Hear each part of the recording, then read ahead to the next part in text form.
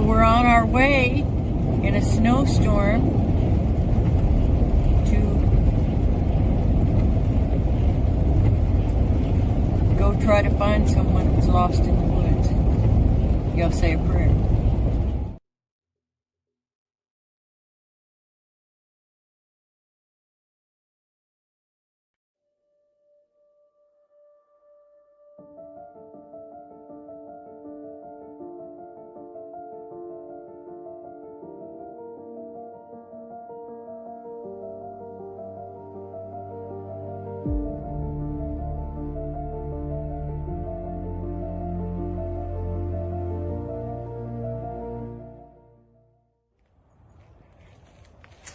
Footsteps walking when I do, I hear the sound, but see nothing as I look around.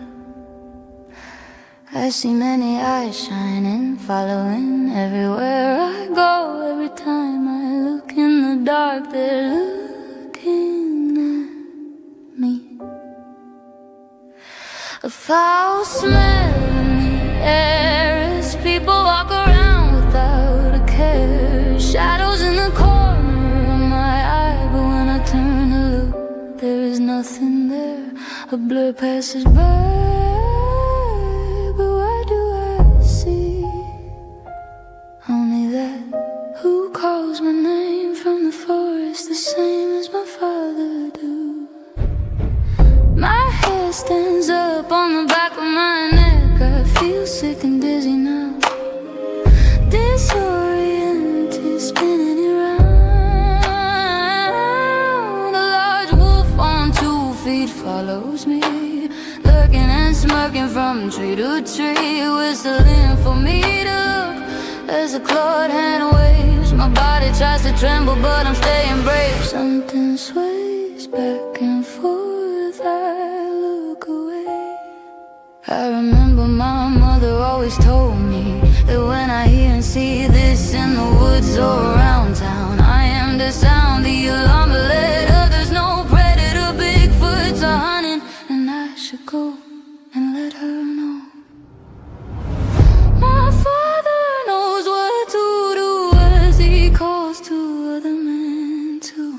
Mothers find their children and let them know to stay close. Stay in the house and pull the shades down.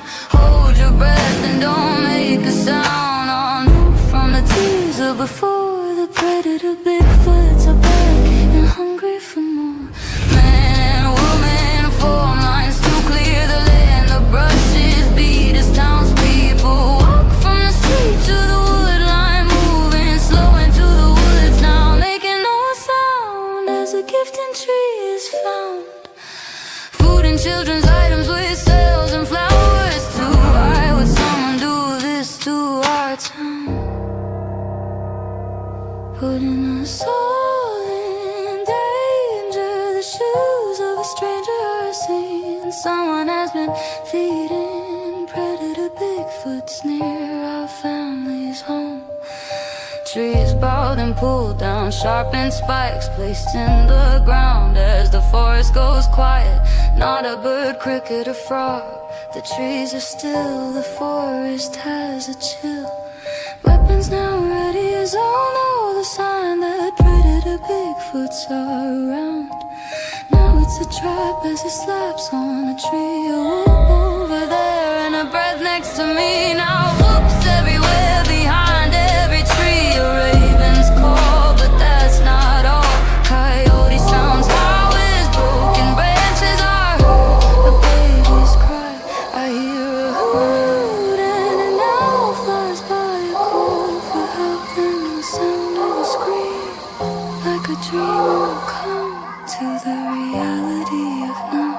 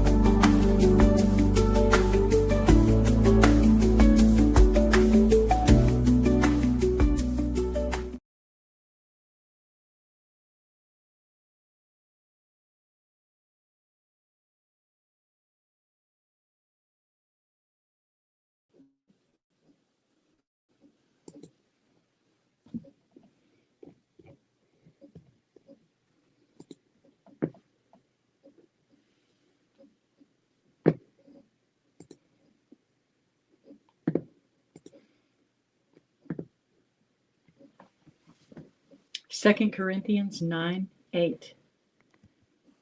And God is able to bless you abundantly, so that in all things, at all times, having all that you need, you will abound in every good work. We'll pray. Thank you, Lord. Thank you for this last year. It's been an amazing year. Thank you for the lows and thank you for the highs and everything in between, Father. We know that you're there with us in every single time and that you're with us with all of our trackers.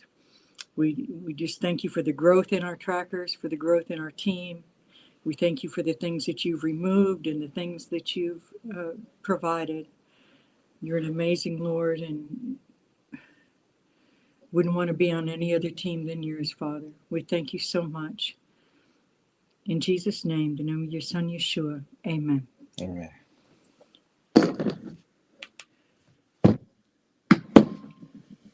All right, welcome back, everybody. We know it's been a while, but we've been a little busy, and we got some upcoming things that's happening, and we'll be sharing those with y'all soon. And we're taking care of some other things that needed to be taken care of for a while. Our screen looks a little blurry. Probably that way next.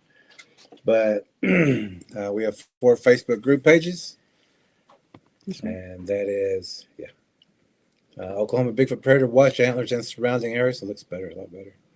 Oklahoma Missing a Murdered Woman, WOMB, MAN, and Sun Center and Database. The Predator Bigfoot and Spiritual Warriors Path and Lead Tracker Ease Facebook group pages. Check those out, and we share a lot of information on there as well. Maybe it's just this screen. This one looks good, but that one's wrong. No, it's coming from that camera. I'm not sure how to do. Let's see. Lead Tracker Ease YouTube channel, Bigfoot Predators and Spiritual Warfare. It's at 930 right now, so we only have 70 to go. 70 to go before it gets monetized, and that'll help us out quite a bit. Well, until we get to 1,000 viewers, and then we've got to have more videos too added. which we got some things A coming lot up. of things. We want to share with everybody.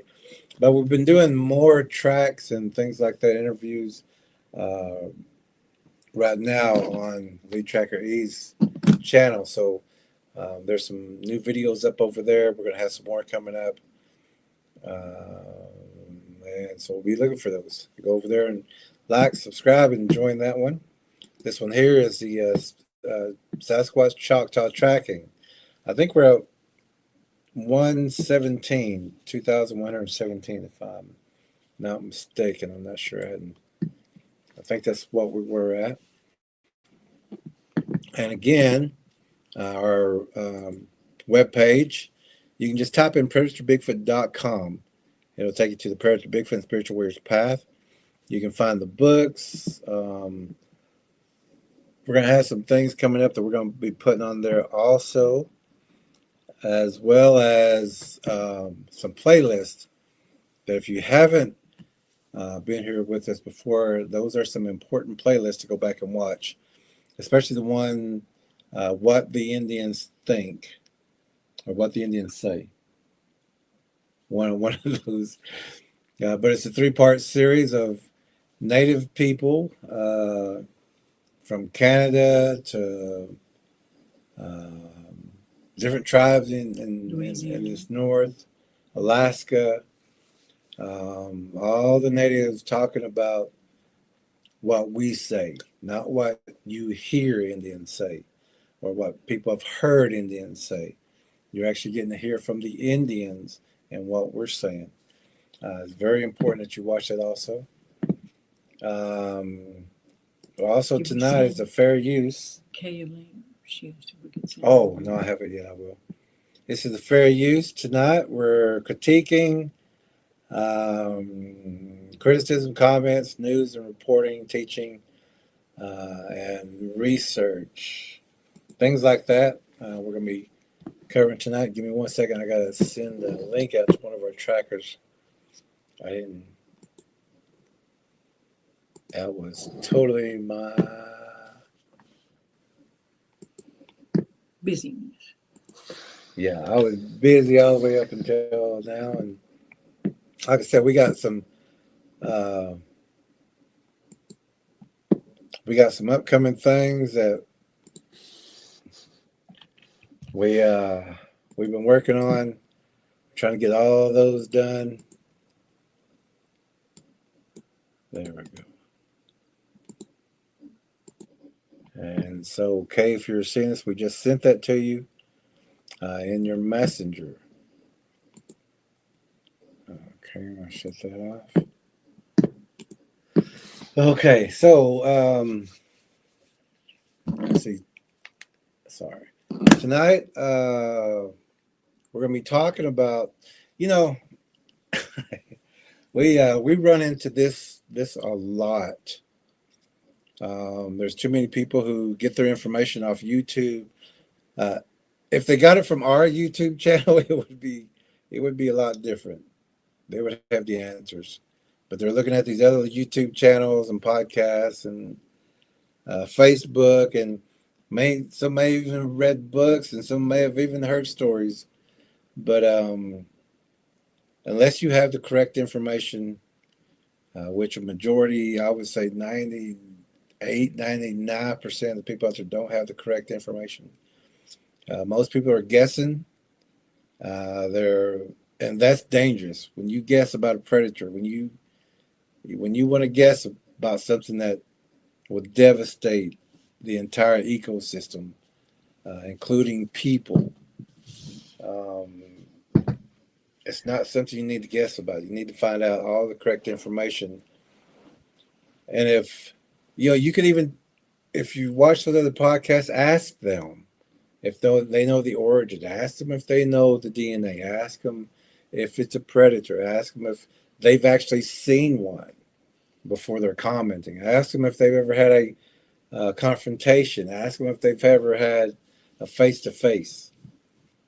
Ask them those things. Don't just take their word on it. They would have pictures of these predators. They would have video of these predators if they've gotten that close and that information. If they don't have it, they're guessing too. And if they're both of them will tell you, that's just my opinion, or I think, or maybe, or could be, or I heard, someone told me. If they say what the Indian said, no, don't listen to that, because we've been trying to track down those Indians, but we can't find them. Whoever told them, we can't find them. Or a lot of them will say a whole lot of things and then say, well, I don't know, what do you think? Dangerous. So that when people are looking for information, we wouldn't care, except that if people don't stay for but I don't know, what do you think? Yeah, if they don't stay for that part, they may be taking information to gift and to make a lot of mistakes that will get people into trouble. But listen to their words. If they say those things, I think, maybe, could be, should be, I heard. Don't stake your life on it. No. Or anyone else's. And don't trust a predator. A predator is always a predator, no matter what. And it's very dangerous to try to find this stuff out for yourself. We've already done everything that you could probably think of, or our trackers have. So we're one of those channels who gives you the correct information. We don't want to sugarcoat anything. Now, when we meet new people, we have to, and all of our trackers can tell you this, we have to kind of feel them out too. Ask them if they had any disturbances, and we actually have a questionnaire that we talk with people about whenever, if we have it on hand or have the chance to give it to them, let them fill it out first, which we're going to start making that a priority, because everybody just wants to talk, but the things we need to know first is on that questionnaire. And sometimes as they're writing things down, or questions will remind them of different things as they go to answer the questions. So tonight we're going to be talking about this, but we're also going to be listening to a person. And this is everybody's story, really. Only this person had a weapon. But if There are you many similar stories. many similar, because if you haven't ran into one of these things close enough, I mean, this wasn't close, but it's close enough for this person to act the way he acted. And you don't want anything as close as what War Chief went through. You don't want this thing as close as some of our trackers have went through. But we do this to help you, and we're doing this tonight just to help you. We already know. We want you to have a safe 2026. Yeah, and things are happening as far as the wildlife. It's disappearing. The game, the fish, all disappearing. Snakes, hogs, everything. And these Bigfoots actually keep herds of deer, herds of turkey, herds of hogs. So, when you see herds, that's be wary about that. Or I mean, it used to be everywhere, deer everywhere, hogs everywhere. This was here in Antlers was the deer capital of the world. Mm-hmm. Of the world. That's a name on the sign still. Antlers, deer antlers. And now hardly any tags are being put out. They're just not. They're not seen anymore. They've disappeared, and it's not the hunters. Yep. So let's say hi to everybody, and then we'll begin. Very interesting. Trackers, you know what's going on, but this is for the people who may not know what's going on, or may not have ever had an encounter, or may not have even seen a Bigfoot, or some of them don't even believe these things are real. But sometimes, or I'd say 99% of the time, they have to see it for themselves. And when they do see it for themselves, it's a whole different ball game. And sometimes they don't make it back out. Yep, and many don't go back into the woods. They give up hunting, they give up fishing, they move to the city, they move to towns. Wherever that thing is, they've moved, and there's never just one. You may see one, but there's never just one. So before I forget, what we were talking about the pets, not only a lot more pets disappearing, but right now, I've noticed recently a lot more pets acting strange. Just acting more aggressive, more scared, nervous. So it's just something to notice. Start looking for patterns. And when you hear these stories, listen for these things that we're going to talk about tonight now, and then we're also having a later show also. Yeah, we're having ringing in the new year, so we're going to be reminiscing. Some stories come up from the past. You may have some stories. And also we're going to listen to some, aren't we? Yeah. Listen to Watch on Wednesdays. I don't think so. Oh, we're not going to do that at all? Okay. No, but we can kind of hit on it. Okay, yeah, we can talk about it. Yeah. Okay. So that's at 10:30. This is going to be a real good lesson tonight. This is basically a lot of people's first time experience, if you have it or when you have it. I would say when you have it, because there's so many more sightings now.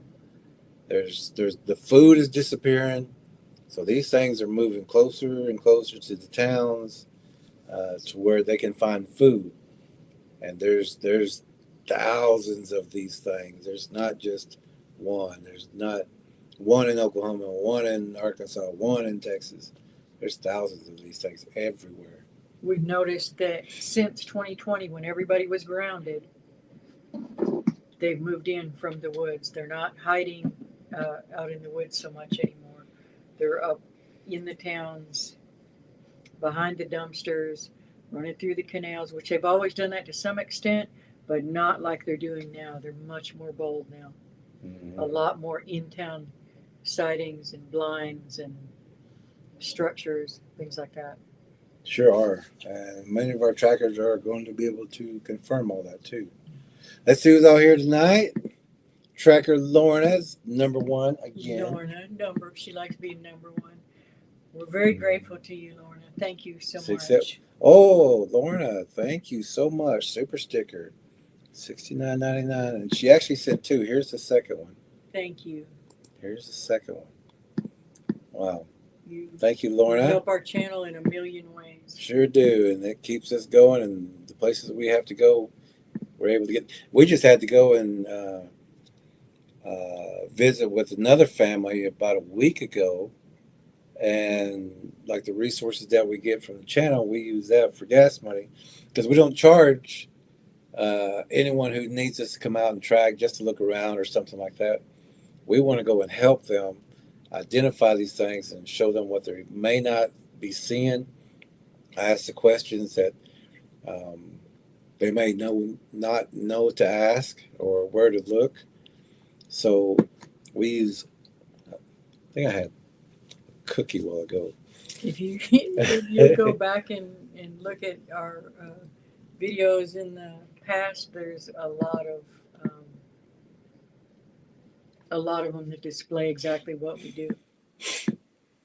And so I'm going to go ahead and put this banner up just in case. But yeah, we use the funds to get here and there, and so we don't have to charge it back because we know people need help, and we know that we're the best and all of our trackers are the best to be there to answer their questions honestly, show them what they're not seeing, and to help them just any way that we can. And we also offer them, if they need some support sometime, just give us a call. And the funds that we use here, that's gas money for us to just get up and go if we got to go. If it's a long place, which we still have contacts with people in longer places that we know that we can make it. We give out more books than we sell. We When sure we do. meet people and we can see that they got a problem in their area or they need help, we just give them our books. If they can't get them, we just give them to them because we want them to be safer. I think we sold one last month or this month, and I think we gave out 9 or 10. The pastor 11. Yeah. So we probably gave out 11 and sold one legally. Yeah. Sold one legally. Well, on Amazon. Officially, I think you mean. Yeah, officially. Because if we know they need them, we just make sure they have it and have the information. And we still need to drop off one. And they've got real good reviews, so yeah, go read them. And usually, whenever we go and help somebody, we leave them a book and say, just read this. Because without fail, all the things we talk about are addressed in some way in one of those 3 books. Mm-hmm. Very important books, and we forgot to really talk about those, but let me throw those up real fast. You can find these on Amazon. This is Predator Bigfoot and the Spiritual Warrior's Path. You can find that one. Also, Bigfoot Gifters. And then these are also in Spanish. This is in the Spanish version, Pa Grande el Depredador, el Sendero del Guerrero y Espiritual. Y the otro libro is Las Ofrendas de Pa Grande. And that's also the offering to the Bigfoot and the Bigfoot Gifters. Also, the new children's book, written, illustrated, and the artwork by lead tracker E herself. That artwork, even on the front page, is hers. Monster Spotters. It will help children identify things, and you don't even have to speak English. Once you see the artwork, just put it up and look around and turn the page, look around. If you find it, you got a predator around. It teaches children what to look for and how to be spiritually prepared. It covers a lot of things that we've never seen another book like it, for sure. Mm-hmm. Like any of our books, really. Yeah. Let's see. Let's see. Tractor Lorna is saying Happy New Year to all. To you too. You too. She's been shoveling snow for days and days and Ooh. days. She's got some muscles. And War Chief. War Chief.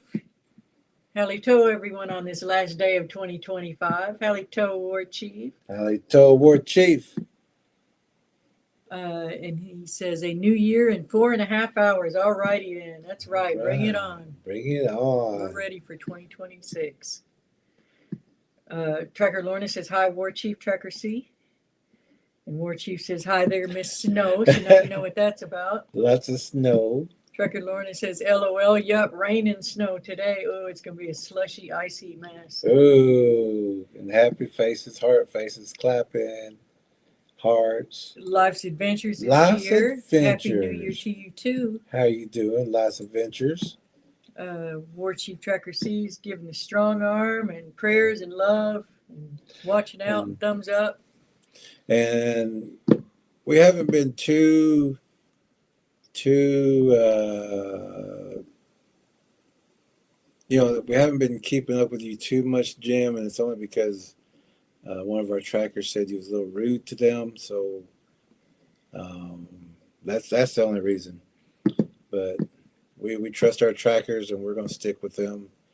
No hard feelings in any way, of course. I mean, we know who you are and what you do, but we trust our trackers, and we have to stay with them. But it is good to see you. It is. And we're always happy that you visit with us and share information. We just want you to know you can trust our trackers. Yeah, you can trust our trackers. Elastic Machinery is here. Says, howdy, y'all. Hope everyone in chat's been doing really well. Elastic Machinery. I think we sent him a message, didn't we? I did. Okay, just to make sure we got hold of you. Ward Chief is saying hello, Jim. Elastic Machinery is saying hello, Jim and Ward Chief. Ward Chief says just peachy there, Elastic Machinery. Tracker Lorna says hi to Lots of Adventures, keeping it real. Elastic Machinery is saying thumbs up and looks like an orange or a heart. or is that a peach? Maybe it's a peach. Maybe because War Chief said just peachy. Oh, okay. Yeah. And guess who's here? Bernice, Tracker B, says good evening, everyone. Hi, fam. War Chief, Jerry, and Tracker E. All right. Everybody's Always saying. good to see you. Yeah. War Chief says halito, Bernice. Tracker Lorna says hi to Bernice. Look who's here. Jody Albright is here. She says, good evening, everyone. Lorna, War Chief, Elastic Jim, and Bernice. All right. War Chief says halito, Jody Albright. Tracker Lorna says hi to Jody. War Chief says that's 12:30 for the maybe to Jody Albert 12:30. Maybe that's what he meant to type. Oh, okay. Elastic Machinery says great to see you, Jody. Bernice is sending love. Elastic says I've really enjoyed your part on some of the recent reels here, Bernice. Looking forward to more soon, hopefully. Oh, wow. Good. We'll have to check those out too. War Chief says amen. Oh, he's talking about the ones that we put up. Oh, Visited with her. Okay. And Jody says amen. JR is here and says amen and good evening. War Chief says welcome, brothers and sisters. Tracker Lorna says amen. War Chief says halito, JR. Jody says good evening, JR. Tracker Lorna says hi, JR. Wedge is here. How you doing, Wedge? All right. Says hello, Jerry, lead tracker E, and everybody. Always good to see you, Wedge. Mm-hmm. War Chief says halito, Wedge. Tracker Lorna says hi to Wedge. Wedge saying hi to War Chief. Wedge says hello, Tracker Lorna. Tracker Lorna says please hit the thumbs up and all right. Thank you for that. We always forget to say that. We do. Predator Bigfoot, that's my account. That's the lead tracker E account, and saying welcome all, and that's our verse for the night. Oh, sorry, that was a typo. That should have said 2 Corinthians. So if you were looking for 3 Corinthians, you're not going to find it in the Bible. I think hopefully they know what I meant. Kay is here, says hello from East Texas, love and hugs. Tracker All Lorna says hi right. to Kay. War Chief says hello to Kay. Scott's Hey, here. look at that. How you doing, Scott? He says hello, Jerry, Lead Tracker E, and everyone. Always lights us up to see you in there, Sure Scott. does. Jody says Kay. Wedge says hey, Scott. War Chief says hello to Scott. Wedge says hello, Jody. Scott says hi, Wedge and War Chief. Tracker Lorna saying hi to Scott, and he's saying hi back. Deborah Mueller Deborah is here. Mueller. All Thank right. you so much for the commercial-free watching of the videos, Deborah. War Chief says hello to Deb. Tracker Lorna says hi to Deb. Wedge says hi to Deb. Deb saying hello, War Chief and Tracker Lorna. Wedge, good to see you. K Neff says happy to be in No in Snow, No Snow, Texas. Texas. Uh-oh, look who's here. Line Hollin with Holly says happy New Year's Eve, everybody. A lot of our favorite people are here. Got you on the TV. Gonna sneak back out and have some summer sausage, cheese, and crackers. Yummy. Love yous. Uh-oh. Also, that sounds good. Also, we have a 10:31 ringing in the new year. Yeah, we're going to take an hour break in between and then come back for a second one for those who could only come in later. Or if you want to do both. Yep. Tracker Lorna is saying hi to Holly and Jazzy, and War Chief saying hi to them as well. Wedge is saying hello, Holly, happy New Year. Hello, Holly. Jody says hi, Wedge, and Jody says hi, Deb. And Jody says hi, Scott. All right. Okay, all caught up. This is not the, we didn't use Deborah's on this one. This is on mine. Oh, okay. So there may be a commercial, and we'll jump that. We'll skip that. Bernice says, hey, we'll record him next time we see each other, Bernice. She says, Elastic Machinery, I have more to share and recent sightings traveling back from work and yells in the AM. Oh, okay. Okay, so trackers, everyone, guests. Glad you're here, every one of you. Let's listen up. And this is an interview with, I'm not sure who the guy is, but it's from Bigfoot Society. And you can share your story with them on their podcast. I think it's called Bigfoot Society Podcast. But if you have a story, you can also go share there if you like. Did we use a bell for anything tonight? I don't think so. Oh, okay. Don't worry about it. No. Okay. This is more of a teaching tonight. One of our trackers actually sent this to us, and another tracker sent another one, but we're just going to do a short one tonight, and then get ready for the 10:30 also tonight. But this person has some land where he has a hunting lease. I think it's 1,000-something acres, something like that. Big place, but it's a deer hunting lease area, so there's supposed to be deer there. So a lot of people pay for that, go up there, do their hunting, and go home. But things aren't looking like they're supposed to be looking. So, and this is in the Big Thicket area of East Texas, which I know that area very well. War Chief knows that area, and probably some of you do also. Should I hit the lights? Yeah, let's do that. No, we don't need them. Yet? I'm sorry. No, we don't need them because it's just vocal. Oh, that's right. Okay. Deborah Mueller saying hello, Jody. And Scott's Life is saying hello to Jody too. Hi to Jody too. We're wearing our jammies that Jose and Tanya gave us, says hide and seek champion of the world. But he's not, because we found him multiple times. And Only the people who and the jammies too are the jammies have Bigfoots on them. Can you tell? I don't know. I think it'll show up better on your side. Let's see. Anyway, teal color with pine trees and Bigfoots on them. That's just your foot. Never mind. Trust us. But see, even these shirts are made by people who Jose and Tanya's daughter got us. No, Jose and Tanya did. Yeah. Who haven't had an experience. So you'll see now if they've really seen these things up close, it wouldn't be hide and seek champion. It would be grab your gun, get your pets inside, protect your house, start looking in the shadows, see what's wrong. It would be a whole different shirt if this shirt came from someone who had an experience or actually an eye to eye. So, They do definitely hide and they do definitely seek you. Bernice, Look at it like that. Bernice says that she loves the PJs. Warchief said there's Bigfoot. It's about 10, a little over. Jody says, ha ha ha, love the PJs. And JR says, looks like a plaster cast. Almost. Scott saying, hi, Bernice, good to see you. All right. So, trackers, you know what's going to happen because we've been through this. But some of the people who haven't been where we're at, we've been.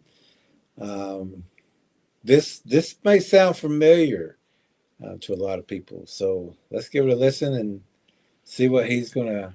So this is on Bigfoot Society. Oh, let's do the fair use thing. Do we have that? Yeah, we did do that, but we'll do it again. Okay. Because we And don't want anybody bent out of shape. it's called Hunter Confronts Sasquatch on Texas Pipeline and Barely Escapes. We've talked about the pipelines before too. Just like deer take the easiest path, you often see deer if they're still in the area on the pipelines. That's why a lot of people hunt. And the pipelines have the woods, they're cut through the woods. And so the Bigfoots are going to stalk that area. They're going to watch because those are shiners right out there in the field. And game run up and down that thing. Yeah. And so. And human are also game. And this is also fair use, criticism, comments, news. And like we said, if people are doing everything right, we'll say, hey, they're doing this right. This person just didn't know. Yeah. So this is just audio. So, and we'll stop it. We'll talk about what's going on. But most of you know. Most of the people who view this channel know. Okay, so here we go. On a deer lease of 1,300 acres. And me and some buddies and our wife. It started out ahead. Did you mean to start out that far ahead? It's just where I start talking. Okay. I'll back it up though. Share what you have experienced. Well, I live in LaPorte, Texas, and I run a deer lease of 1,300 acres. And me and some buddies and our wives showed up at the campground one day, and I was going to go set out some cameras, just to catch some hogs or something like that, see what's going on. And they were like, no, we're going to set up our campground and get our stuff going. So I said, all right, well, I'm going to go set my cameras up. That way I can see, maybe, kill some hogs that night. At that time, I had a four-wheeler, and I was on my way down the pipeline. And there's no twigs, no branches, no nothing on the pipeline. And I was going down on my right. I can hear. So we know if this person's seeing Bigfoot in or has never seen Bigfoot in this area. You can tell right away because he's saying, well, y'all stay at camp. I'm going to run down here with the four-wheeler off into the woods. It's getting evening time, so I'm going to be by myself out there in the woods, making as much noise as I could. You can already tell this guy doesn't know. A majority of the people don't know. Majority of people still go camping and just doing the things normally you would have done, say, 10 years ago. Yeah. But I think this was like 2006 or 2009, wasn't it? Something like that. This was quite a while back. But that's a normal thing people would do then. So because you don't know there's things out there.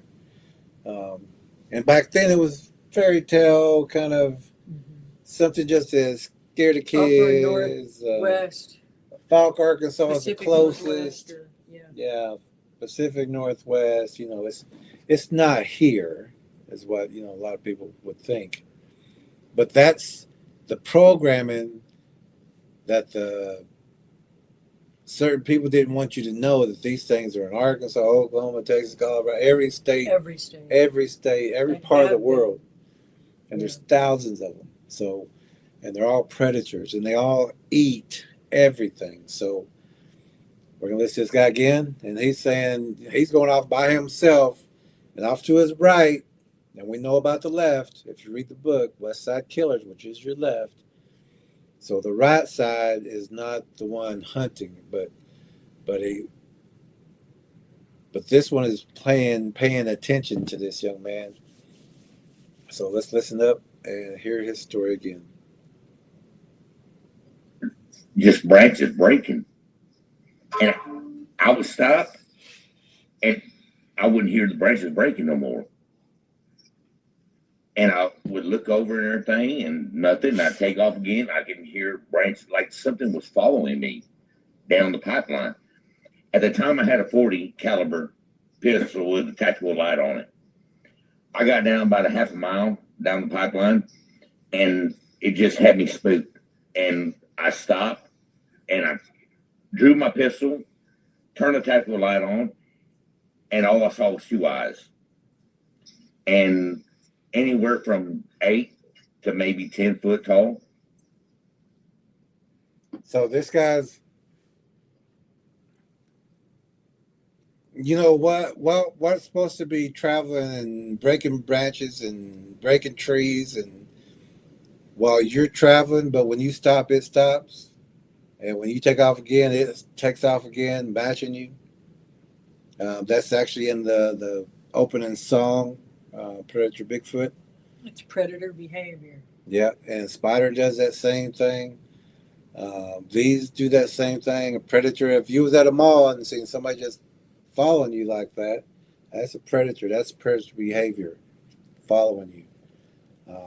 If it wasn't a predator, it would, and he's making noise, and they know that's a man, they would, deer go away, cougars go away, bears go away, unless they've got rabies or something. Most wild animals, if they see a man or in the woods, they know this thing may be a hunting and may try to kill them, so it takes off.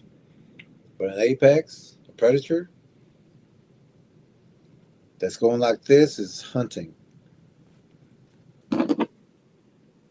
And the pipeline's 80 foot wide, or 80 yards wide, I'm sorry. And standing right there, you can see the whole thing. The hair, the arms, the face, everything. My goodness. And as trackers know, 8 foot is not a tall one. It's not a big one. It's a juvenile. It's still in its growing stages. But it's a hunter. It's a predator.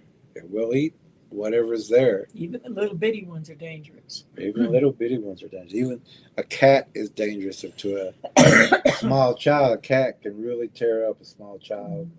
A dog can tear up a small child. But this one's 8 foot. It's not a big one. We say it's not a big one, but they get much bigger. They're still big, and definitely can do a lot of damage to a person, especially someone alone, especially someone who doesn't know what this thing is, or its DNA, or its origin. So this guy has already caught the attention of a. At first he said he could only see eye shine, but then his eyes must have adjusted because then he could see the whole thing. Yeah. But there's always more than one. They do have their own hunting areas, like a pipeline. You know, one side belongs to this one, and the other side belongs to this one, but they're there. It's like waterways too. Yeah. It also wasn't even trying at all to be quiet. Because he could hear it over the noise of his four-wheeler. If it wanted to be super quiet, it could have been running behind him that whole time in the dark, and he would have never known. Yeah. The face, everything. My goodness. And I froze. And I'm an avid hunter. I've been hunting all my life. And all I did was I gunned my four-wheeler as fast as I could, and kept on going straight and everything else. And I could still hear the branches breaking through out the whole woods.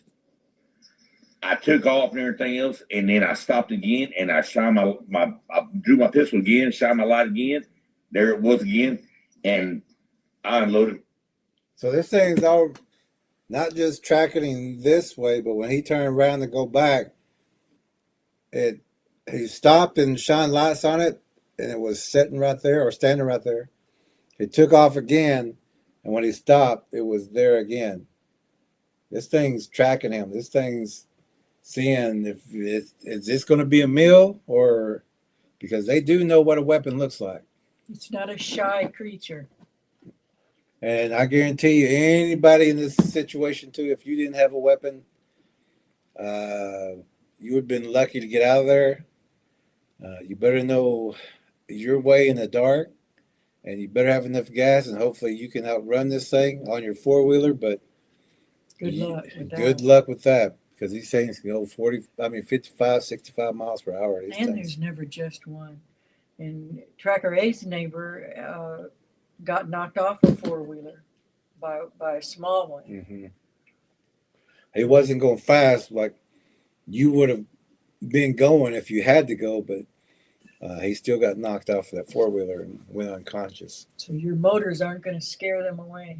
Mm-hmm. My pistol. And I probably hit every pine tree. And let me back this up just a second, only because the guy who's doing the podcast, I think he's a Bigfoot lover. I'm not sure. Because I remember one time he was interviewing a person who was talking about these people came in and helped clear out this area, and that he said, "Oh, well, that's probably why the Bigfoots were stirred up because of what they did." But this person knew Bigfoots were coming up to her house. She started putting her dogs and everything inside the house at night. She could hear things walking around her trailer. There's breaks. She could hear things breaking. There's blinds set up all around her trailer.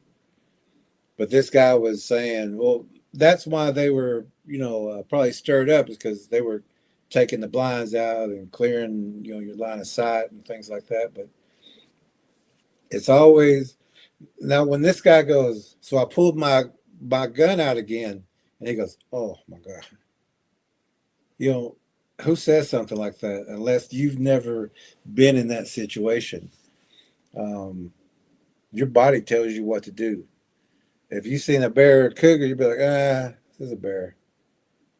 It's however many yards. It's no threat. That's a cougar. No big deal. That's a wolf. It's no big deal.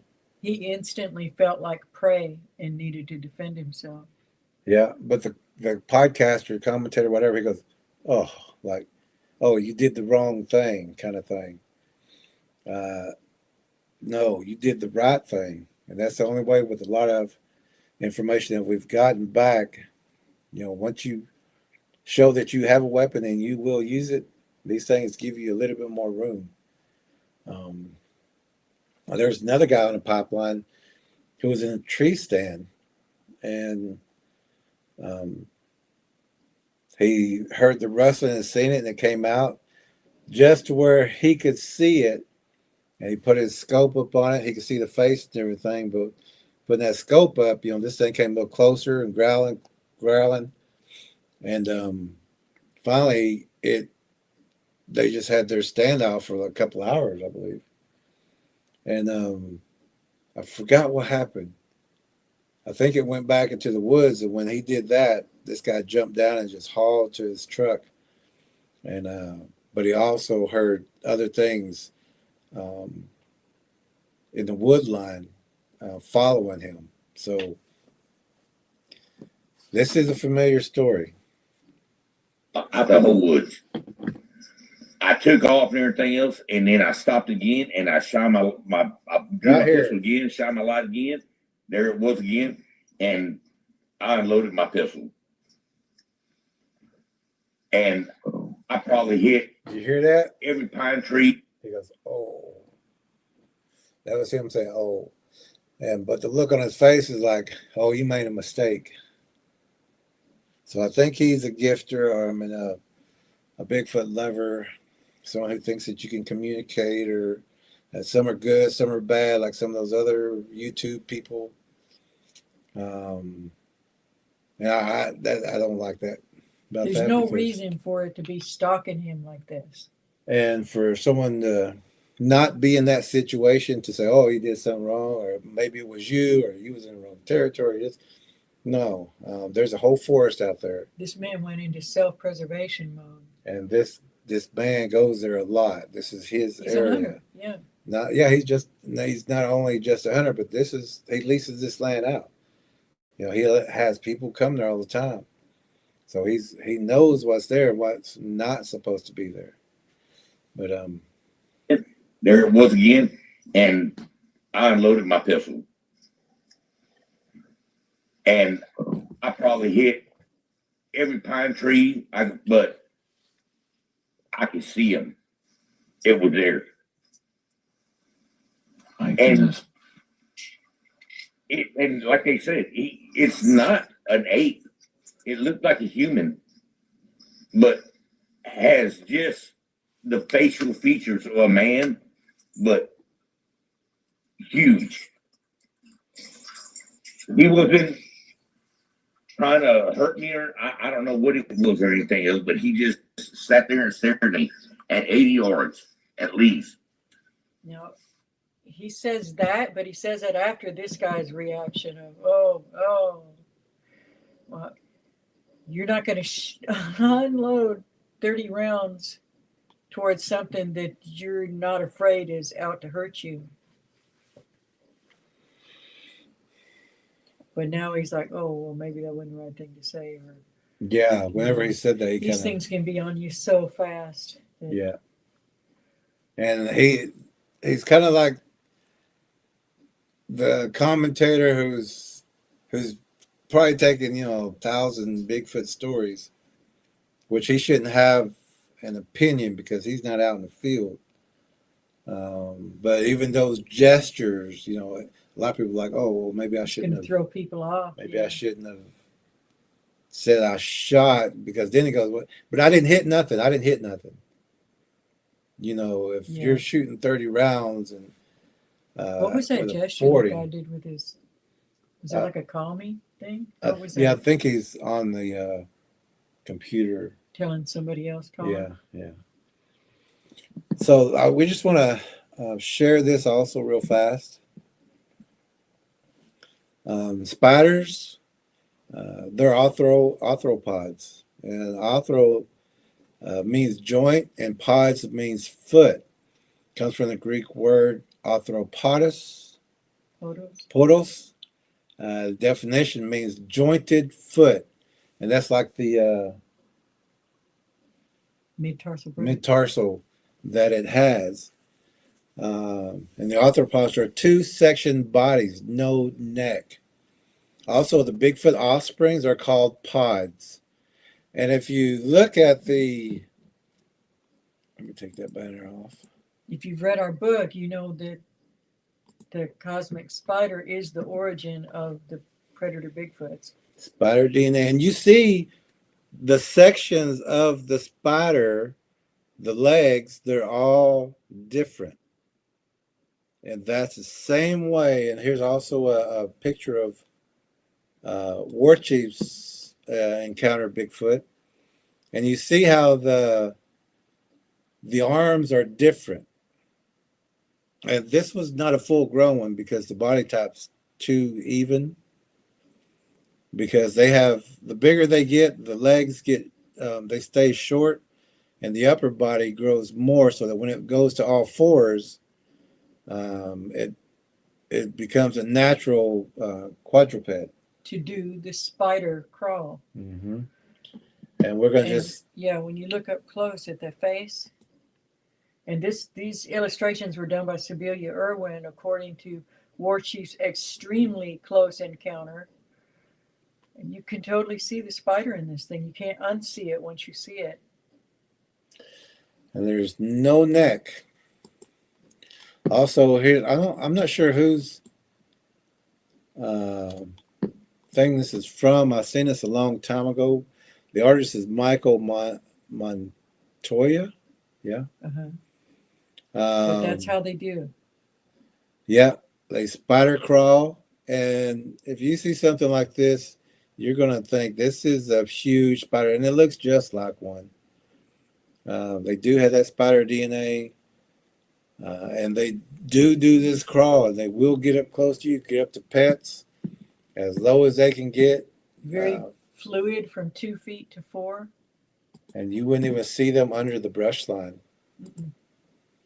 Let me get these.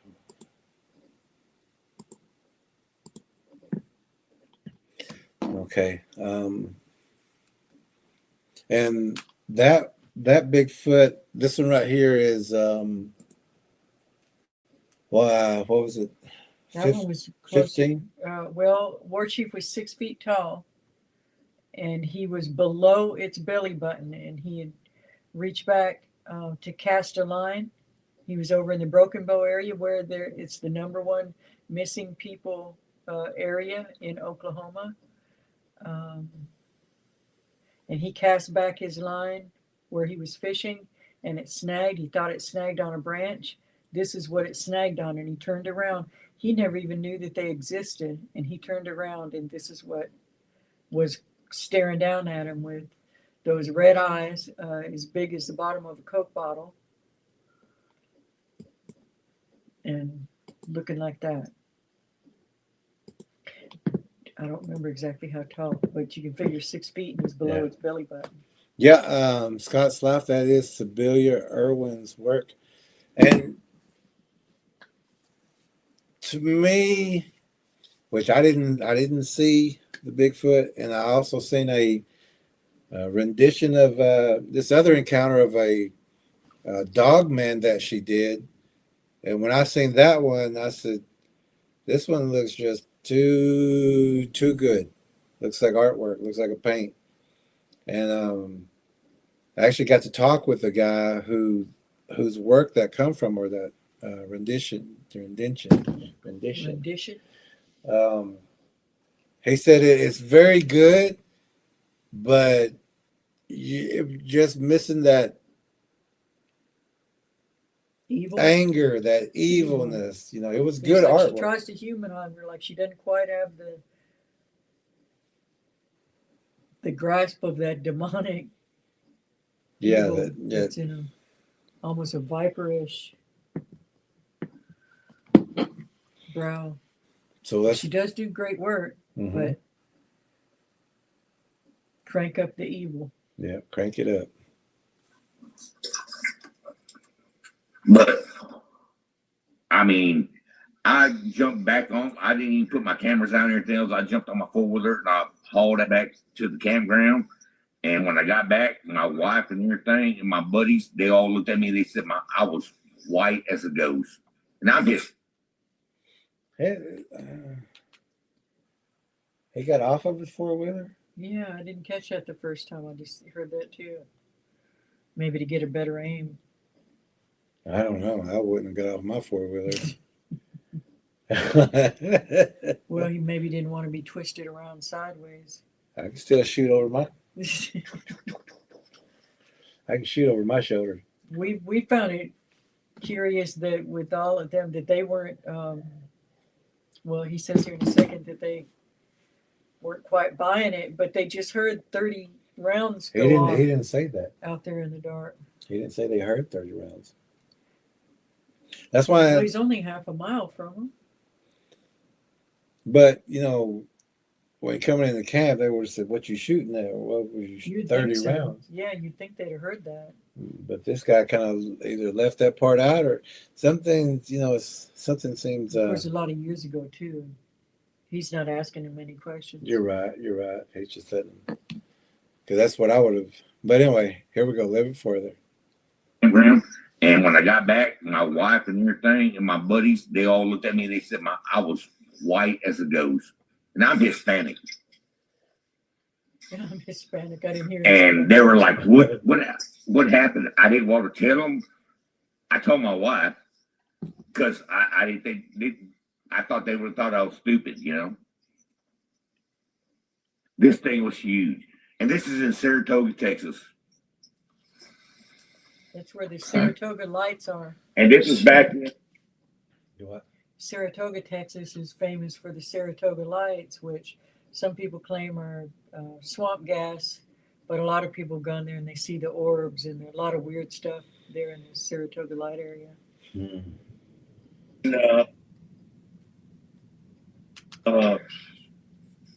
2005, 6, something like that. They had a sighting back in 787 off of Road 787, I think it was. 787, War Chief, you'll know where that is. 321 and 787 run on either side of, kind of parallel on either side from Cleveland. And they cross over the Trinity River, which is also famous for many, many sightings. Very creepy area. But anyway, that's where that is going.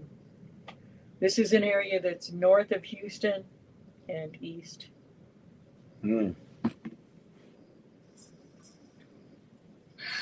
That's such an active area. That's over there by the big thicket. Yeah. Yes, it is. Right there in the big thicket, the woods. Yes, sir. The woods. This thing was huge. I mean, hey, brother, I got big guns. I mean, I got big guns, and I ain't never been scared that much. So why would he be so fearful, so terrified if he didn't think that thing was there to hurt him? If he didn't think he felt like food, like this thing could go through these guns, and he only had his pistol with him, I think, at that time. Mm-hmm. So he still would have had to make it to camp. And then when you come running to camp and no one else knows what's going on, they're going to sit there and kind of watch you while you scramble to find your weapon. And so he's bringing this thing into camp, and all these unarmed people who are probably having a drink or getting something to eat. Partying, maybe. Or He even did that. fight and flight. Fight and flight. That's his body said, let's Mm-hmm. if we can't put it down with this 44, or was it 40? Mm-hmm. Can't put it down with that 30 rounds. It's time to go. It's time to keep moving.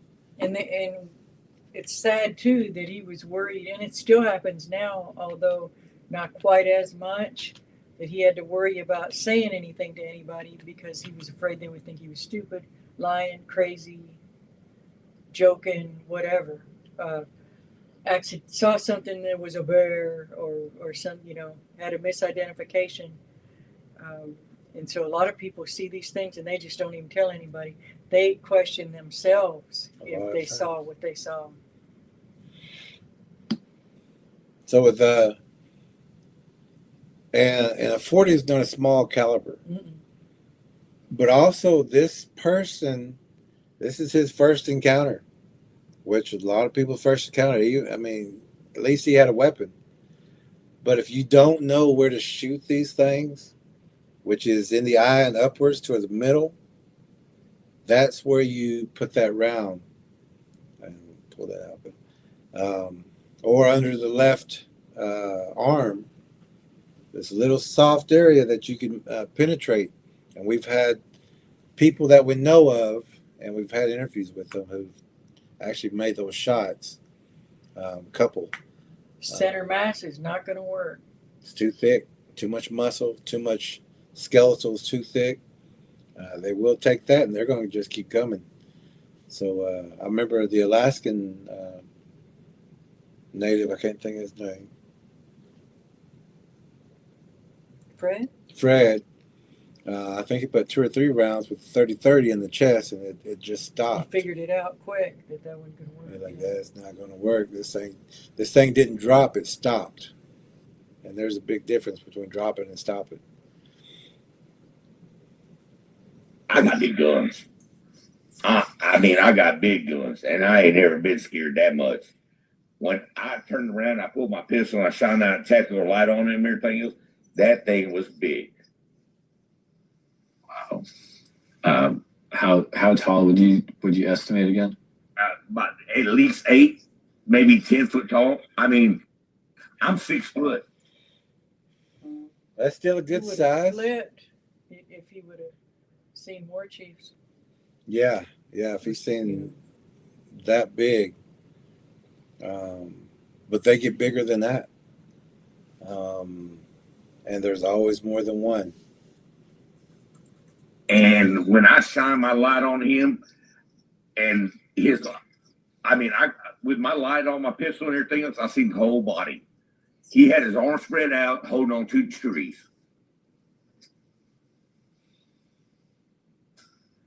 So he's just holding on to trees. Was he like swaying back and forth, or he was just like standing there? He just had his arms spread out, like hold on to the 2 trees, like, you know, like if you would hold on to your fence post, you know, and just looking at me. But when I took off on my 4-wheeler, he was crashing through I mean, you know how loud our 4-wheeler is and everything else. He was just crashing through the woods like he was following me. Why? I have no idea. And then when I have no idea. And the size of that thing, I mean, it's not the biggest, but the size of that thing, it's got to eat. It's not just wasting energy for nothing. Well, I want to also show, see if you can make this one out. This is behind not 2 big trees, but multiple trees, but it's still trying to get in behind it and hide. This comes from, we're going to play a 55-second clip, but this was in their video, but they didn't know it was. And we got the recording that we went back and seen that. And this was very close to the people who we're about to listen to. Oh, we're safe.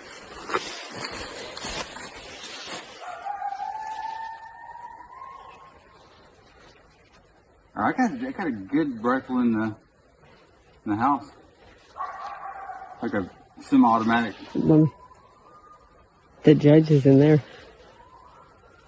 That's coming from up there now.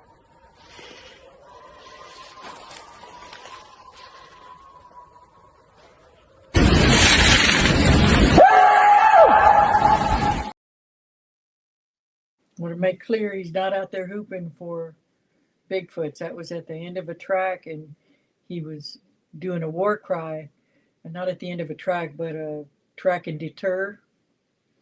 And that was like a triumph cry. It wasn't to make communication or anything like that. It was to say, if you come this way, we're going to put some rounds in. Yeah. Don't come here. Don't come to this family. Stay past that fence. Don't ever come this way. But you could hear the fear in the voice of the man in the beginning of that video. He began to realize the weapons he had on him were not going to work. And they were surrounded. And when we first met this person, he kind of scoffed. He kind of laughed a little bit. And he's like, I don't, Bigfoot, come on. City boy. Yeah. And this is the same way we run into it all the time. If they've never seen them, if they've never seen the tracks or got that smell, even those are close things. But he's never seen one, but he knew that they were there just by the tracks, the smell, the sounds, the lack of wildlife. And this was, they were just tracking their property, at that time. And the person who sold it to them told them, don't be out at nighttime, not around here. He was fanatical about that. He said, put bars on your windows. Matter of fact, he put heavy grading on The her neighbors. windows, the neighbors' windows, even when she was saying she didn't want him to, he just ignored her and put them on there anyway. And he also had like a monkey cage, Uh-huh.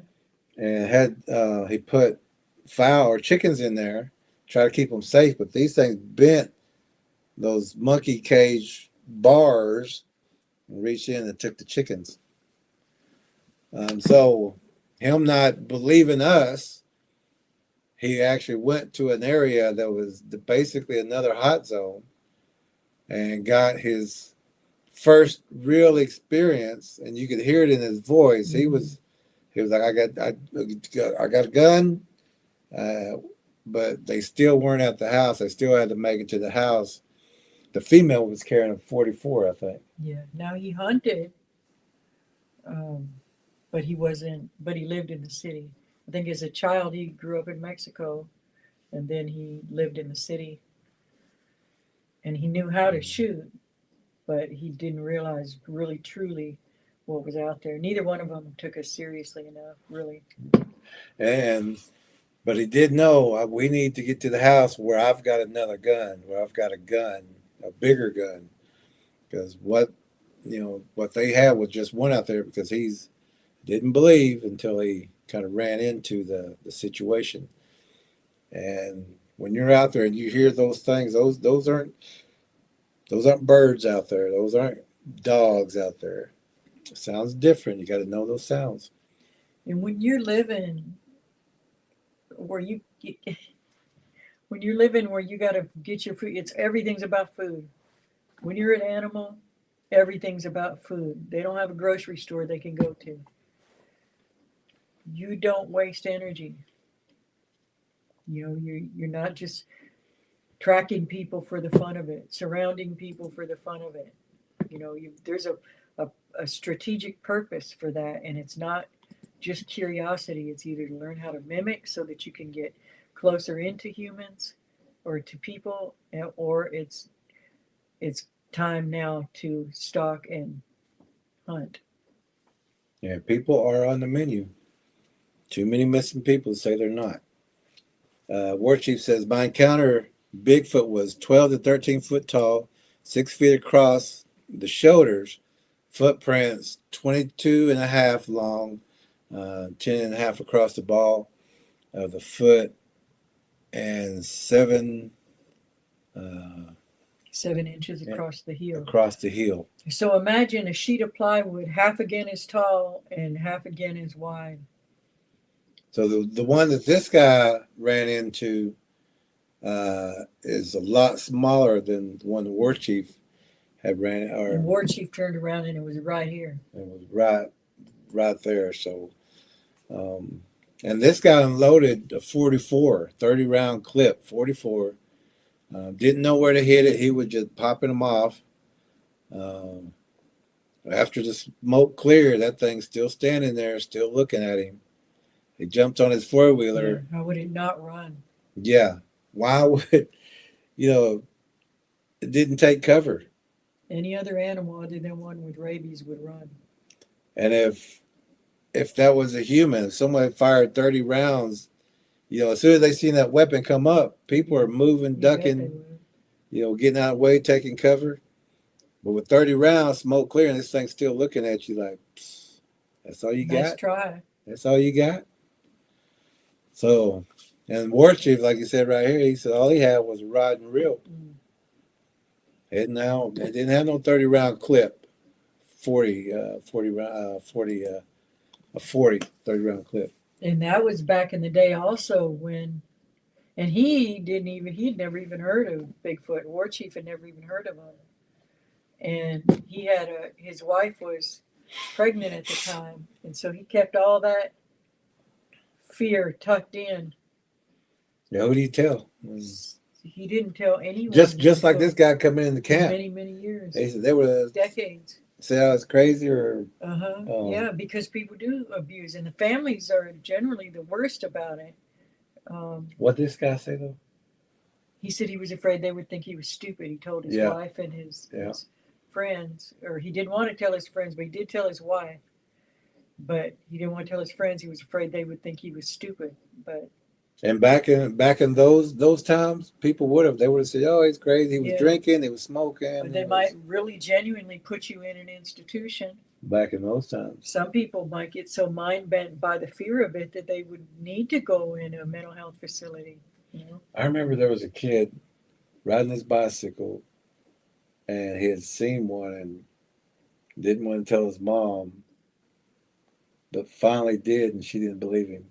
Oh, it's awful. It was like for years. I always and believe years. if somebody tells you that, they're not anything. If they talk about aliens, which are demons, alien abductions, anything like that, if they try to tell you they saw demons, they say, you know, don't write them off as crazy. Don't be the one that pushes them to not say anything anymore, because people need to talk about it more, not less. We have two trackers. One of our trackers, their son had seen one of these smaller creatures recently, and he came in, and good family, because they trust each other, and he told the parents, and so the mother said, "Well, let's go, show me where, so we can look for tracks. Let's go," because she believed him, and she went out there, and for a child to know that your mom's going to believe you and go and check this out, huge. It is. And then another tracker, one of the granddaughters had, I think she calls her Meemaw or something, said, there's something in my room. Mm-hmm.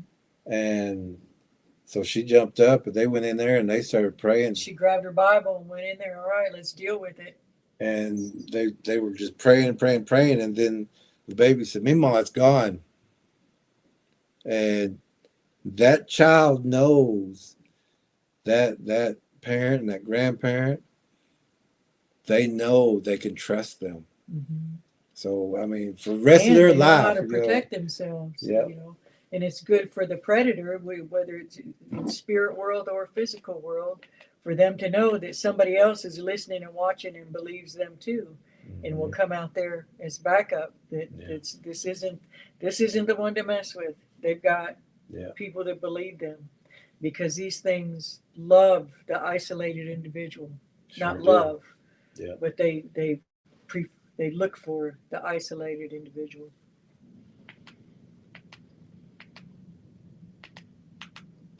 Through the woods, like he was following me. Why? I have no idea. Your food. And then when I fired my pistol, I got a 30-round clip and never hit him. Nothing, one thing.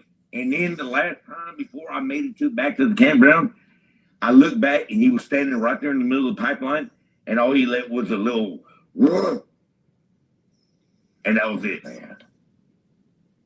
We went back the next morning, and I'm not a Bigfoot hunter. I believe them. I know they're out there.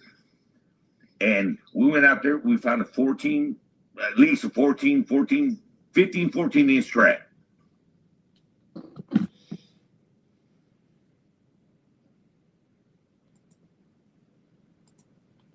I want to show this also. A lot of people didn't believe us at another time, but we said there's a Bigfoot on the house, not this one, but in another area. And so in the morning, because I asked the people, I said, "Would you please go inside?" Because we were running thermals on, and I reached around the side of the house. I reached around and used the thermal and took some pictures. I pulled it back, and you can see the thermal images at the back of the house of 2 or 3 of them just standing there, about the size of the house. So it's probably only about 7, 8 foot, maybe 8 foot. And I was like, "There's a couple of them over there," and but nobody there. They was all still, "Oh, okay." And then one of them wanted to sleep on the couch next to the window. I said, "You mind pulling that couch?" And I went and moved it, pulled it. I said, "If you want to sleep there, sleep. Let me pull you away from that window," because that window was still on that side. And you could hear one up there, And I was telling us, they're around here. They're right up on, and it was a rental cabin kind of house thing. And this one guy, he liked to smoke cigarettes, and he goes, "Well, I'm gonna go outside and smoke a cigarette." I said, "Come on, man! I just told you there's a couple Bigfoots out there all over this place." He goes, "Yeah, okay. Well, I'm just gonna go have a cigarette." So I'm going, all right. So I grab my weapon. So I'm going to go out there with you then. And so he's out there. And as soon as he lights a cigarette up, he doesn't get lighter to cigarette. He puts that lighter down. He goes, "What's that?" I said, "I don't know. It wasn't there before." Right there in the front yard, there was a dark patch. But the time before, it was just a smooth yard. And so let me show you what this was, because in the morning, because I said, well, let's go back inside. All right, let's you can smoke in the morning, when the sun's out. There's a lot of people around, but right now it would be safer if we just go in. So in the morning we come out, looking around, still cautious because we know they're there. So begins to become paralyzed. Mother Moon, her motions begin to slow. Mother Moon places her hand over her midsection to protect the spark of life, the creation of Earth. As the creatures look for a way to enter the portal to Earth, the great serpent arrives and engages in the battle of death, fighting for the moon, twisting and twisting. The great serpent is bit again and again. As the great serpent begins to slow, Mother Moon is pulled backward and upside down. Now, partial of Earth's view is facing the darkness of the abyss. The cosmic spiritual being known as Earth.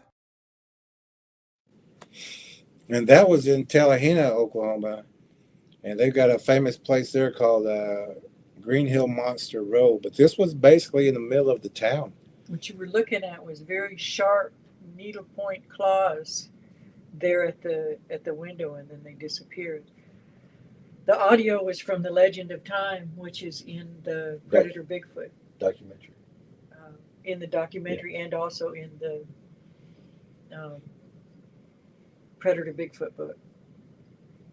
But you can see those real sharp razor-like claws underneath where the curtain was, because the curtain only come down to here, but you can still see underneath there. And no lights were on in that room. We just opened them real fast and had the night vision, and we could see those claws just right at the glass door. And so we filmed that, and we moved it over to give it time to do exactly what we knew it was going to do. Once that light moved, it was going to pull back. It wasn't moving while we were there, so when we moved it back, it was gone. But that dark spot in that yard, it actually jumped off the house and landed, and that soil was soft, and it went down. And you can see the sharp claw marks. Just razor sharp lines. And then it kind of landed like this, 1 foot down like this and one like this, and then it popped, and you can see where the dirt was pushed out. But you see those really, really sharp claws that went down into that dirt. And that was probably about a 14, 17-inch track.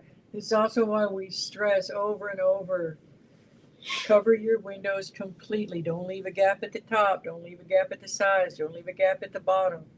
Even if you have mini blinds, and most people have blinds now, those little pinholes, you need to go outside in the dark, and we don't recommend it, but you're going to have to see what any other predator, including people, can see. Can they see through the little string holes in the blind or cracks in the blinds? Make sure your blinds are flipped up and not down, because anything standing high can still see down into the room. But you know, I mean, think of you for your peephole on your door. That's all you need, just a tiny little hole. So double check all that. Check at your parents, your aunties, you know,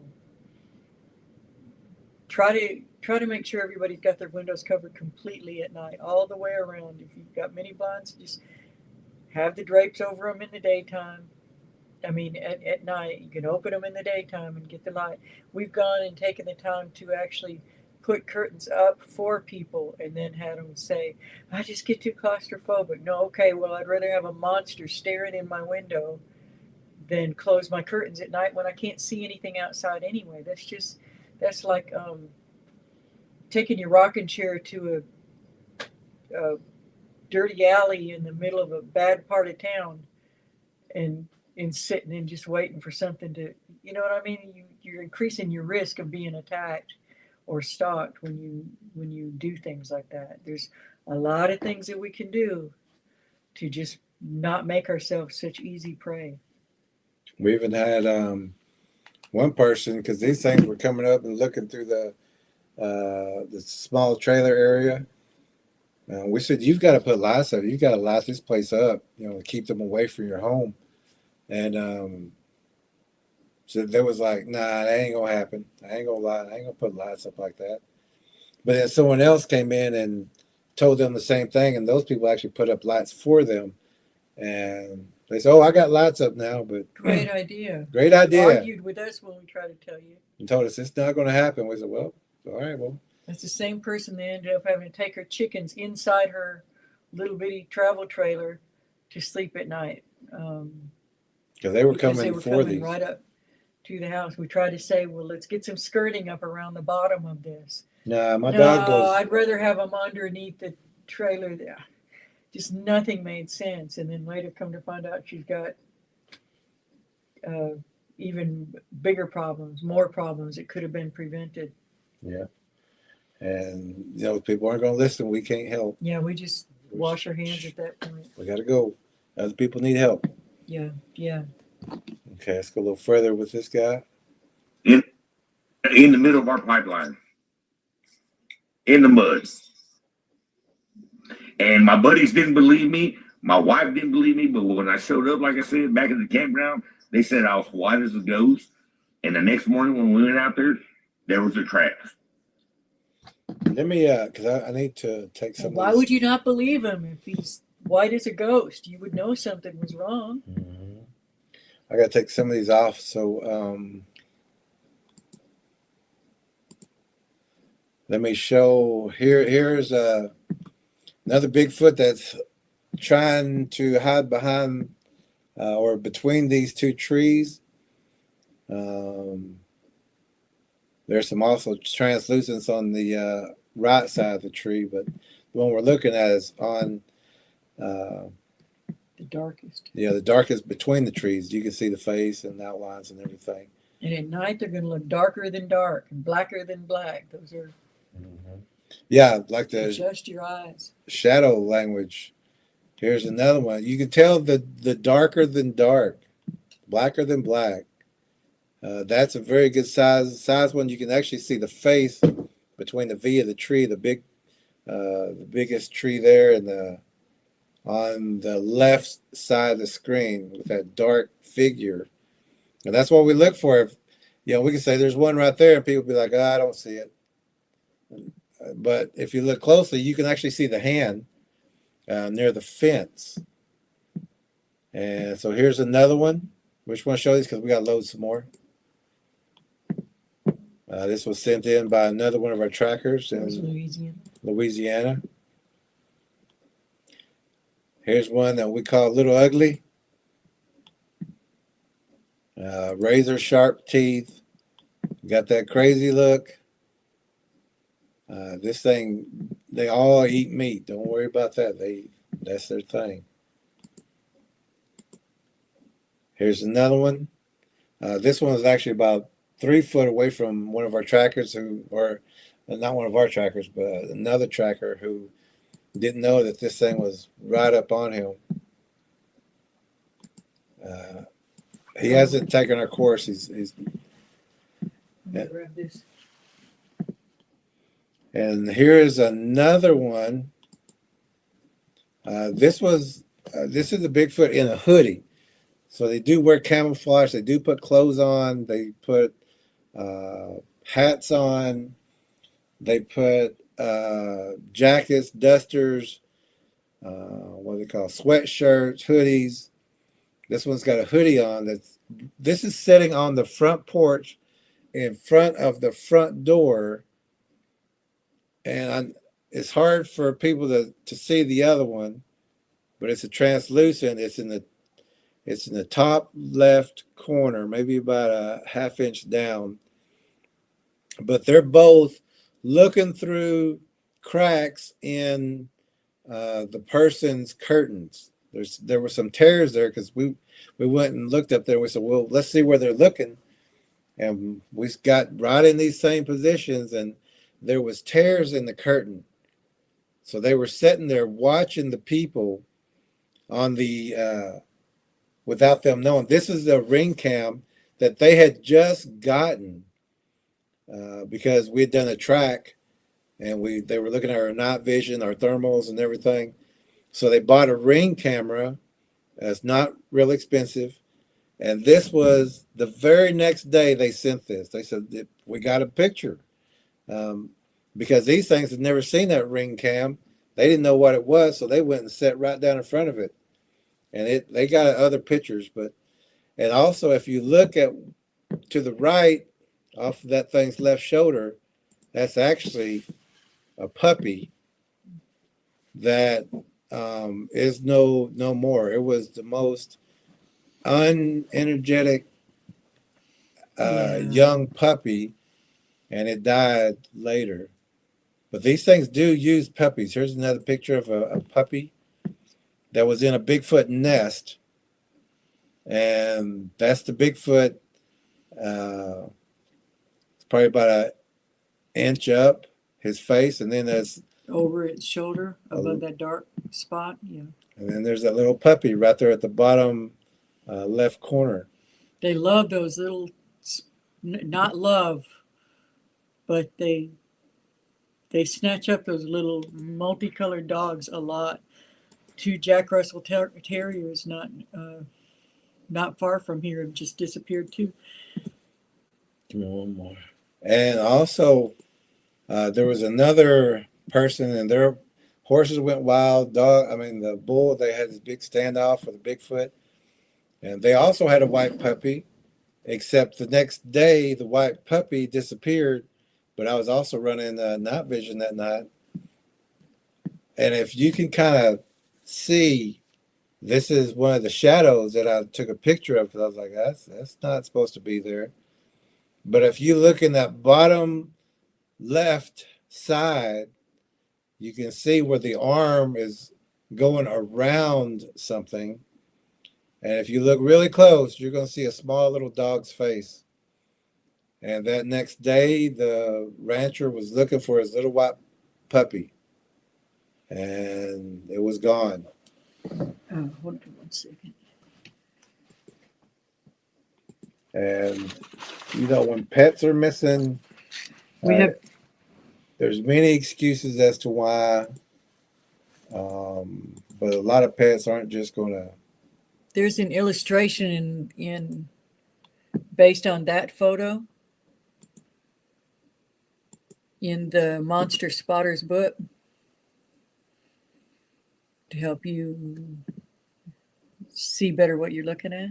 Mm-hmm. And then when you go back to the one, you already got rid of it. The one that was in the dark that a tracker had passed by. We had drawn this actually before that ever even happened. We call this the Whistler, and we also, that's an illustration in the book too, of never whistle in the woods, especially at night. And then later that photo that you actually screenshot from a video happened. Here's another track real fast. My foot's about a 10 wide. So that track is probably about a 21. 21-inch track.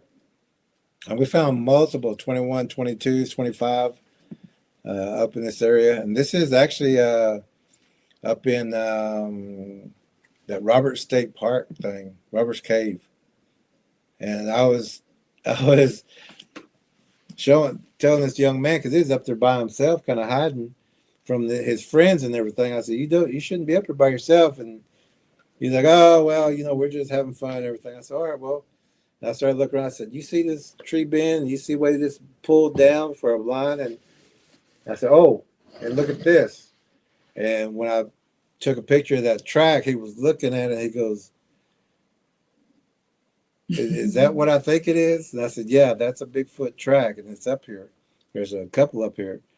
And he goes, okay. And he walked back with me, and because I said, I need to go back. Rivendell. So he stayed with me all the way back until he got to his friends, and he stayed with them. Here's another illustration for monster spotters. It says, never whistle in the woods. It calls the Bigfoots, and that's no good. Where we're just teaching the children. Here's one that was sent in from another tracker up in North Canada area, Vancouver area. We can say who, can't we? Yeah. Fern. Fern of the Forest. She's been through our tracking course. Yep. She's certified. She knows what and she's looking she's for. also talked she was part of what the Indians say. Mm-hmm. She knows what she's Series. doing. So this is and here's another one.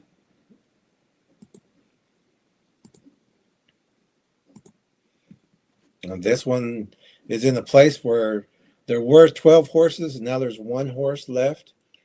Under the brightest leaves there, the dark, if you went horizontally across, those are the eyes. Below that is the nose. And then so you can work it out from there. Big cone This face. is just the big head. And that one is on Atoka County line near Antlers and in between Antlers and Atoka. Now this one's face looks completely covered in fur. Yeah, this one is. This one's the only one that looks like a Chewbacca kind of thing. The rest of them are... A lot of them are not so much hair in the face. Sometimes the skin is gray, sometimes black, sometimes lighter.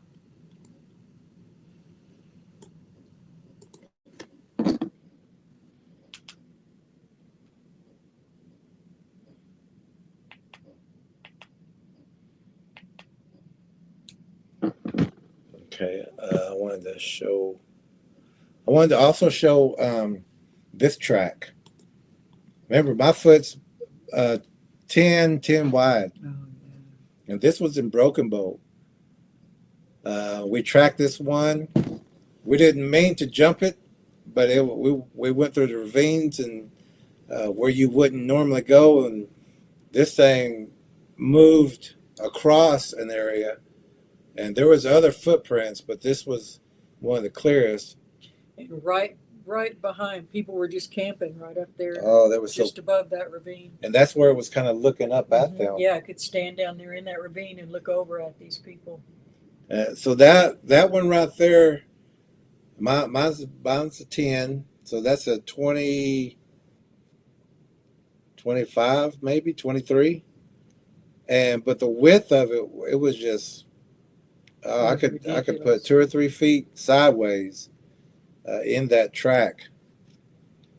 It was also next to a giant, which we have some videos. If you go back and look, they were in the Broken Bow. I don't remember what they were called, but probably Broken Bow. Or Beavers Bend, yeah. Bend State Park. During that series, you'll see those. But it was also next to a giant drainage culvert that ran, the road was right there that people would drive to get down into that little camp area. Pretty busy area. Here's another one sent in by one of our trackers. There's actually 2 there. This is one it's behind the tree and that fallen log, And then there's another one that's at the end of that fallen log that's at your north. The one by the fallen log, I should have blown it up better, but Looking for the darkest spot back there. But you can see this one's got like the almost full fur except for around the eyes. Kind of looks like a ninja. And the other one is like a cat at the end of that tree that's fell or has been knocked down.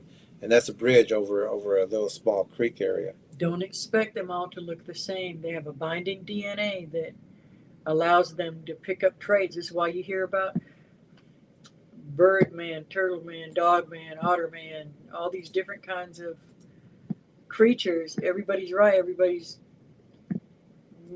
not got the complete picture. These are all different variations and hybrids of the same original predator that came from that cosmic spider that has a binding DNA that allows them to ingest that DNA and Frankenstein patchwork it together and send it out, but it doesn't have the fingerprint of God. It's not God's complete creation. These are not made by God. These weren't intended by God. The Bible talks about different abominations. These are it. Some beasts of the field. These are it. They're not, and I'm talking about the ones that will attack in the end. That's what these things are. Here's another one, also sent in by one of the same trackers. The combination is always going to be different. There's no two alike. And this one kind of looks like a bird, kind of like maybe an eagle, but also looks like a turtle. But it's hard to tell. But there's also another one that's on this thing's left cheek looking outward.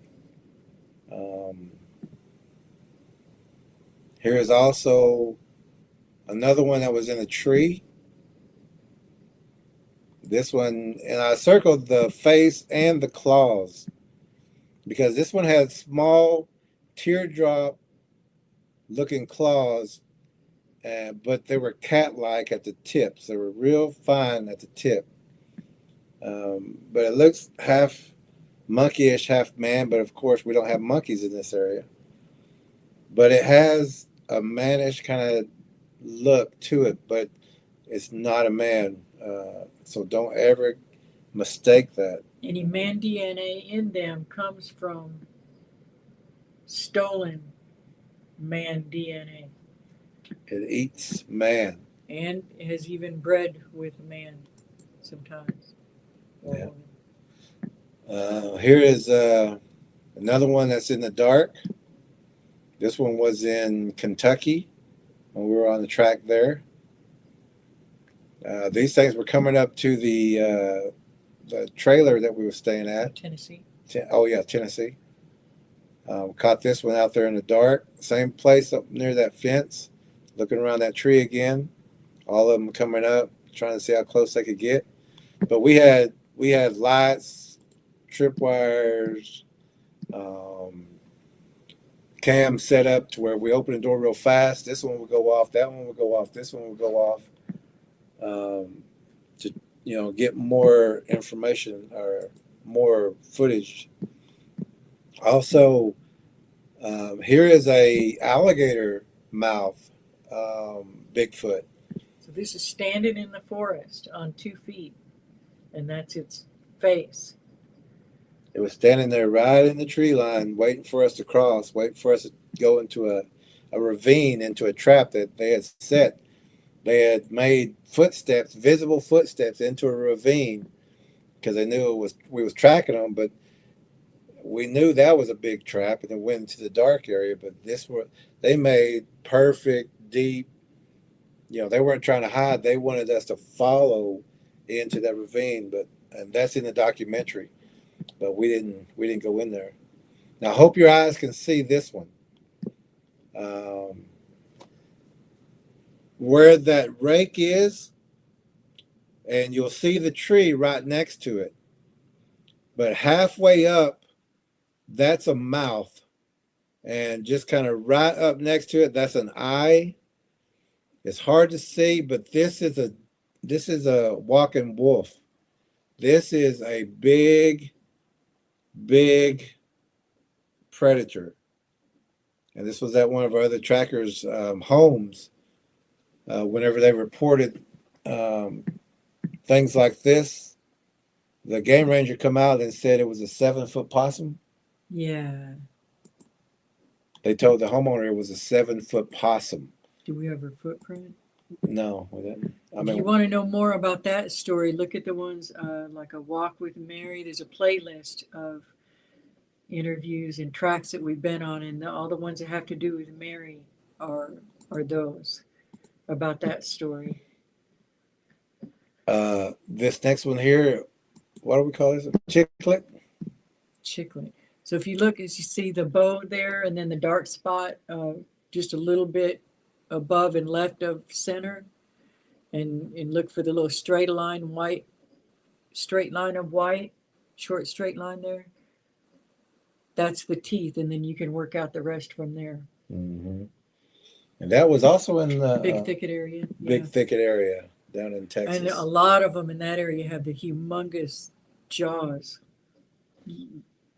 very long chins, wide chins. Although there's a lot of variety there, but that was definitely a trait common there. And remember, they come in all shapes and sizes. There's no two alike. One will be furry, one will be hairless. I mean, yeah.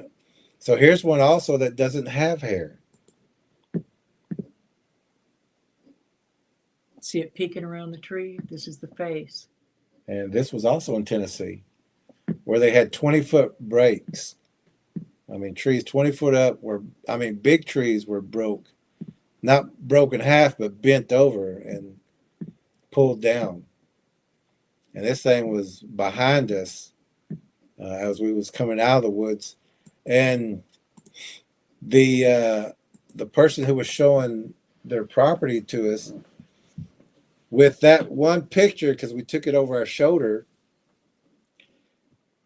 right before we took that picture, he said, this song came into my head, "Don't Let the Sun Go Down on You." And I can't think of who sings that, but he said that just kept going through his head, "Don't let the sun go down on you." And so, we had that picture because he said, we got to go. So, all right, well, we got to go then.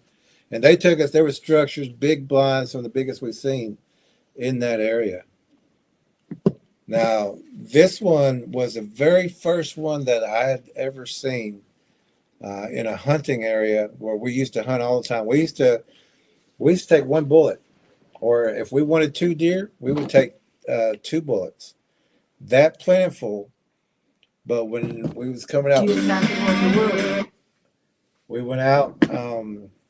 Sorry about that, but we went out to this property which I used to go to all the time. But I was back in town, back in 2020. I mean, I was there since 2019. I moved back, and I was seeing structures, bows, blinds all over the place. I'm trying to tell everybody, you got Bigfoot here, Bigfoot there. It was a crazy talk at that time. A lot of people know now. But I went up to, we're not friends anymore, but at that time we were. And I'm going up there with him, and we've been I've been going up there since I was a kid, this hunting area. And that's why we only took 1 bullet. I mean, we spent the weekend at the cabin just cooking out and doing whatever. But when it was time to hunt and go home, it was so plentiful, we'd go to that deer stand, just a little bit. You'd hear shots go off, people would get their deer, and we'd go home. Well, we went out there, and on the way out there, I'm going, man, you got Bigfoot signs all over the place out here. They're like, Bigfoot. But later they told me the story about them being scared inside the house because this big bear was screaming out there, is what they said. But they both stayed in one room with their weapons, and they said it was a bear, but their deers that were hanging were gone in the morning also. But I was out there, and I don't hunt, but I went out there to test equipment, my night vision, the thermal, and my binoculars. So I went out there, and there was no deer, no squirrel, no rabbit, no hogs. And this is an enclosed surrounded by a river. And it's got a cornfield that they build a big cornfield every year just so they would have all this. There was nothing out there. And I'm sitting out there, and to me, this is weird because I've been going there since I was a kid. And next thing, and I'm running the thermals, and I'm seeing two big thermals, but I'm up high. So I'm thinking maybe it's squirrels in the squirrel's nest, because I did see some squirrel's nest. So I waited a little while, and no deer, no nothing. And I ran the thermals again, and now these hot spots are getting closer, but they're lower. So I'm going, well, it can't be squirrels, because, you know, they would have went separate or been together or run around trees. I would have known. And so I waited a little bit longer, and those thermals were getting closer, and I got my binoculars, and I started looking around. I seen some movement, so I grabbed my 30-30, which I just took out there for no reason, basically. Because of the hogs and whatever else. So I put that 30-30 up and looked through the scope, and at first I was thinking, am I looking at a person? Because the leg was scraggly. The hair wasn't thick, stringy. And so I was looking at it, and I was like, because we've had poachers before, and we've had light altercations where we had to remove people and get them back across the river off the property. And so I'm looking, and I'm going, you know, I could take this person's knee out. You know, it'd be easy to, you know, take that knee out. And that's all I could see at that time. And I moved that rifle over just a little bit. And I was like, am I looking at what I think I'm looking at? Am I looking at a Bigfoot? And so I grabbed those binoculars, because they have a camera on them. And I could take a picture of it. And here was the first one that I had seen in this area. There's actually two of them. And if you look down at the bottom, you can see the hand. If you blow that up, it looks like leather gloves, big arms. If you look at the head between the stick that's going up and the branch that's going across, the head is there. If you ever blow that up, you'll see the ears is pointed like an elf. You can see the brow kind of protruding out. But that's also another one. There's two right there trying to get behind that tree. It's not just one big one. That's two right there. And so whenever I took a picture of that, and I stayed in that tree and didn't move after that. And they didn't move for 4 hours. And the sun's going down, and it's getting dark. And I mean, I'm checking every now and then. They're still there. They're still there. And for some reason, usually we meet on the road. For some reason, all the four-wheelers drove down to my tree stand, and I got down, I looked over, and they were gone. And so everybody wanted to use the night vision because it was dark. So they were all looking all over the place, just checking it out, running thermals, which to a Bigfoot, it looks like we're looking for them, but they're just trying to see how everything works. And we got out there. But there's another story to that second part. But I knew of them, so I didn't react the way a person would react if they didn't know about them. I knew the signs. I knew they were there, but that was the first one I'd actually fully seen. Well, there was three, or actually four, but I got a picture of that first one. Those are just the ones you saw. And yeah, those are just the ones I saw. Let's do a little bit more. I guess I'm going to have to go a little bit further. We should go back to, I think that's maybe commercial. Yeah.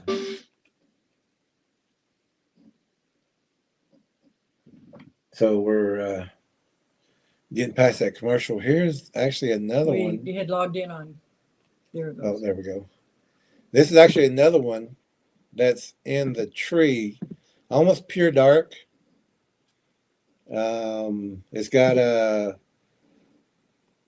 Let me do this real fast. And this is from the documentary.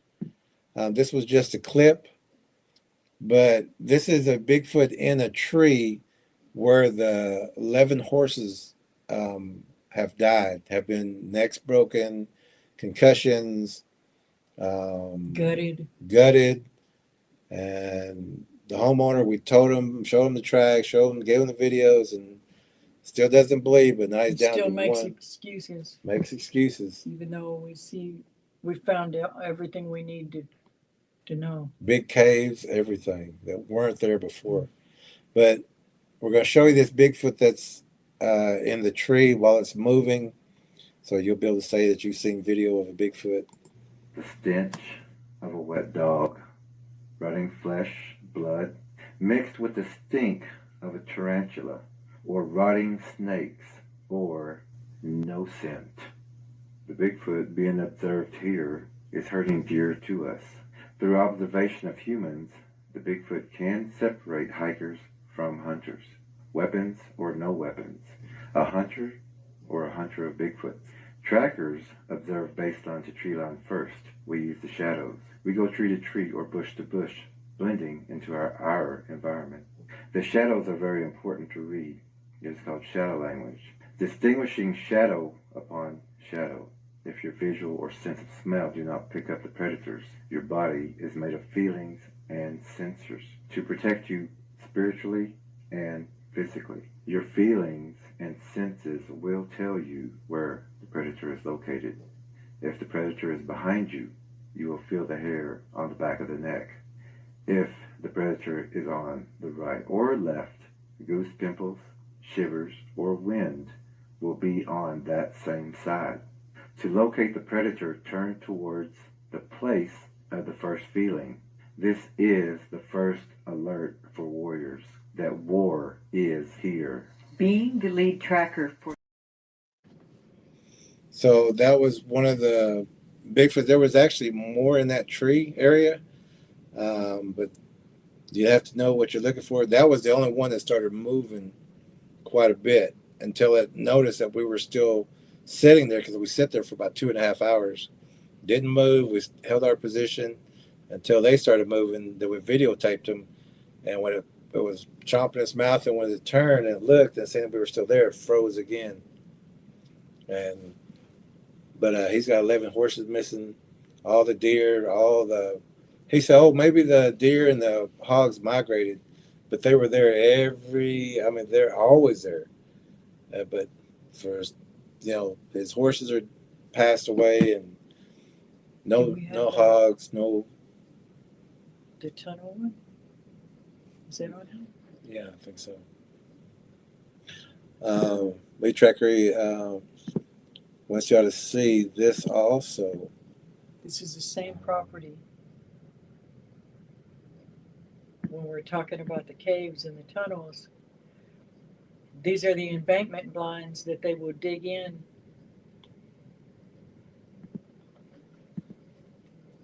Okay. And there was it was just waterway, deep though, and there was what we call a Bigfoot bridge. They put a big tree and laid it over that big ravine, and there was water that used to go through there, or still goes through there. But while we was tracking, while we were tracking, we went here, had to cross a small ravine to get there, but. Oh my goodness. And that's a Bigfoot bridge. They use trees, branches, and things across stream, so small animals will walk across it, and there'll be a blind on both sides. One gets it on this side, one gets it on that side. So you may not even know that you're walking over the top of one of their tunnels. You have to look when you're on the opposite side of the creek. That's where you're going to be able to see it, and they're most often going to be around either the tree bridges or the curves, the bends in the creeks. Yeah, you have to look like you're coming from the other way, because normal traffic takes a path, goes this way, but they build it to where they can. You have to be looking the other side, like a predator. You look at you set your traps up over here to where you can view everything. And they've got a blind spot when they're coming your way. And when you're walking at the top bank along the edge of a river or a creek, you need to be very careful because it could be entire tunnels and holes under there, but it's covered with branches and leaves on the top, but it takes nothing for a leg to drop through or to get pulled through or for an entire body to fall in to where these embankment blinds are. So we're going to show you, and this is also in the documentary, but you can also view that documentary on our Patreon. It's $9.99, the entire documentary. It was $55. But let's watch this little part from the documentary, and we're going to show you what we're talking about.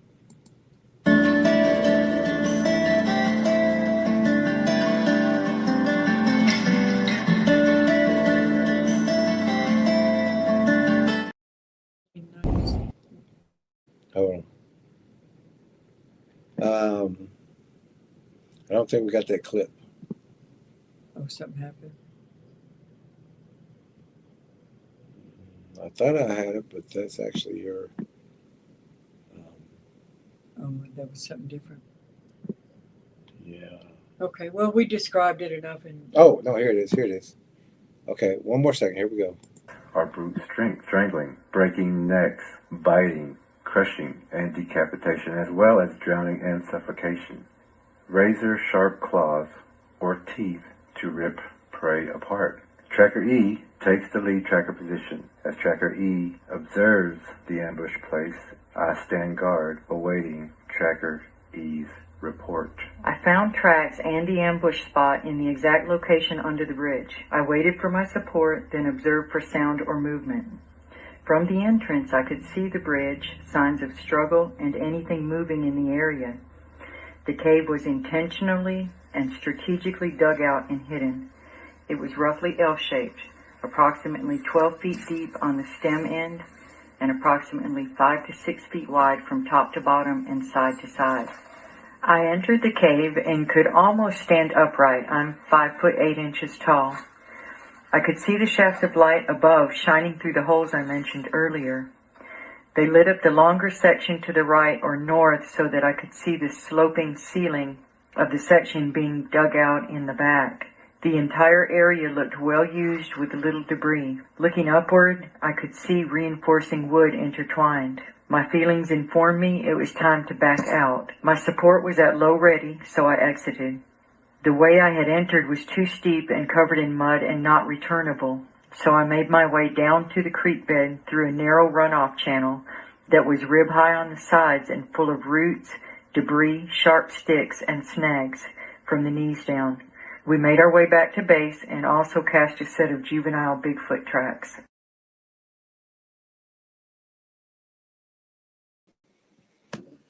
another thing that they'll do is when they dig out that dirt, they'll throw it up on the banks to make it too slippery for the prey to get back out.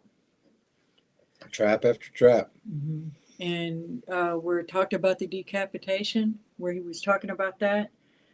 Just recently, there's another case in East Texas, Southeast Texas, of a rancher who's had three of his cattle killed. 2 were decapitated. There's no other animal that does this.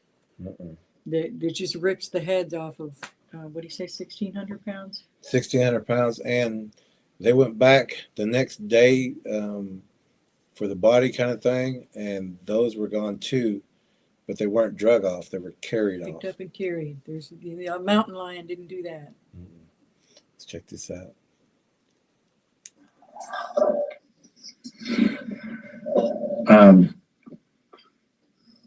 Could you see details like eye color? I know you said it was like 80 yards away. Now, all I saw was just eye shine. Okay. Who could see Eye shine, but over 80 you could yards? see the body. The body was just black and brown. I mean, what it would look black and brown to me with my pistol light, you know? Yeah, absolutely. Would you say it was all covered with hair? Oh, yeah, definitely. I mean, from head to toe. You can see the arms where he was holding on to both trees to the left, hair was hanging down off his arms. We'll show you a real quick photo. This was actually in the Robbers Cave State Park. And this was a shadow of one that had long, stringy kind of fingers. But you can also see the fur and the hair. That's a shadow of it. And that was also behind us. But we caught the shadow and we took a picture of it. And you can see the hair, the stringy hair, and then the fur on the arm, and then the hand also without hair. So this is what he's basically talking about.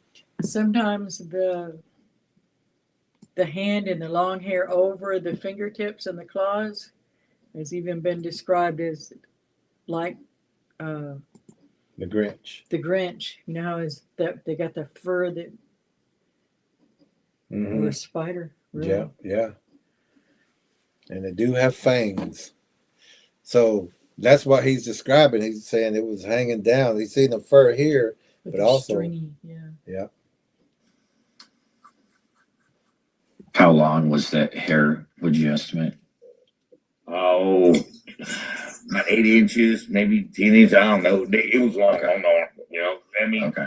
think about it. If you were holding your arms out left and right and holding on to something, I would have to say that it was about maybe 6-8 inches at the most. That makes it very easy for it to blend in the big thicket there with the long needle pines. The way they hang down like that, it just makes, and that's why so many of them are rust colored or the dark brown and the black to look like dead pine needles, and that hanging down like that looks like the gobs of pine needles that just naturally hang when they fall and collect on the branches. It's perfect coverage. Let's catch it real fast. Okay. This is the last thing where Worship was saying all he had was a rod and reel. He didn't have a 44-30 round clip pistol. And he said he didn't tell anyone for 48 and a half years. Can you imagine that, keeping that inside? But he's doing awesome. And I'm talking about Robbers Cave and the Tellahena area. And where the couple was that they said he had a rifle back at the house. That's only 20 minutes from where Scott's Life Off Grid lives. Yeah, and he was ready to get back to the house and get his weapon. JR says Elton John. Oh, Elton John. Okay, and that's what was in his head. And he said, "We got to go." He goes, "Something's just telling me we got to go." Yeah. And so we says, pay attention to that kind of thing. So let's go. Who is this?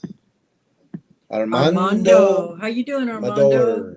How you doing? California. Happy New Year to you. All right, Armando. War Chief is saying hello to Armando. Tracker Lorna saying hello to Armando. Wedge is saying hello to JR and Armando. Look who's here. 888. How you Tracker doing? 888. All right. Tracker Lorna is saying hello to 888. Wedge is saying hello to 888. War Chief is saying hello to 888. And Shadow Tracker 888 is saying hello to Wedge and War Chief. And 888 is working hard, teaching people up in his area. All the trackers are. All of you. They have the information. It's amazing to see their work now. Even a lot of just viewers, regular viewers that have been longtime viewers, they're teaching people too. And, they are. Mm-hmm. Okay, let's go a little further, see what's going on now. Man, I'm telling you, when I see them, I mean, what are you expecting to do? Sit there and take measurements? Right? No, I get it. It's fun. It is funny though how we yeah, you're just like, this is crazy. I get it. No, I mean, what do you expect when you're out there in the middle of the night and your thing is, and you see something like that? Yeah, the guy who's doing the podcasting is not. Some of the questions and some of the things. Yeah, it's starting to annoy the experiencer. The experiencer going, what do you expect, man? Me out there with a ruler and a diagram and like hold still. Especially so I can. If you've never seen anything like that before, you're not expecting it. You're not out there looking for it. No. He just went out to set some game cams. I mean, normally, yeah, I see hogs, I see bobcats, I see cougars, I see, deer or something like that. But then when you hear something crashing through the woods and you're on your four-wheeler and you're not running over limbs or nothing like that and you're thinking, and all of a sudden you look over and there's this being, whatever it is, standing there. I mean, like I said, I stood up on my four-wheeler, on the pegs on my four-wheeler, and I'm 6 foot tall. And this thing was still, I had to aim my pistol up with the light and seeing his eyes. And he just looked at me, I mean, didn't give me no threat or nothing like that, but. First of all, that's a threat. Continuing to follow you. And standing there while you're shooting at it. That's threatening behavior. I mean, followed you all the way this way. It's called stalking. Followed you this way. That's a threat. That's if a pack of wolves was doing that. You don't want to wait until it's on you. If you was even if a snake was going your same way, or if you was walking down an embankment and an alligator is following you, swimming beside you, that's your food. If it was somebody in a car on the road and you're walking along the road and they're going with you and you go the other way and it turns around and comes back, that's a threat. That's a threat. It's threatening behavior. How do you it's not? Okay to say that. I don't see how. You don't have to wait until it actually attacks you. Because they're way faster. Even a dog that you don't know, if it starts walking like that, Right? most of the time you're going to pick up a stick and say, hey, you need to walk on. Right. No threat. Come on, guys. Scared me and everything else. I mean, that's not what I want to see in the woods when I'm hunting. I've owned this deer lease for 45 years and never seen anything like that. But it doesn't mean it's the first time he's seen it. Mm-hmm. Guarantee you it's not the first time it saw him. Yep. Have you been back to that deer lease or? Oh, yeah. I run the deer lease. Okay, gotcha. So, I mean, I'm an addict. Like this year, we haven't seen any deer. Boom. There you go. Food supply's gone. So now it's hunting people. Now it's Or hunting. back then, Even I back can only then. imagine now. Oh, yeah. If there's those campers, those deer lease people. The wildlife disappears first. Then the Missing local hikers. pets, Yeah. then people. And that's when we have missing hikers, missing campers, missing hunters. All these, there's how many missing hunters are there? All these people aren't lost, and all these people aren't human trafficked. How many missing homeless are there that nobody keeps track of and most don't care about?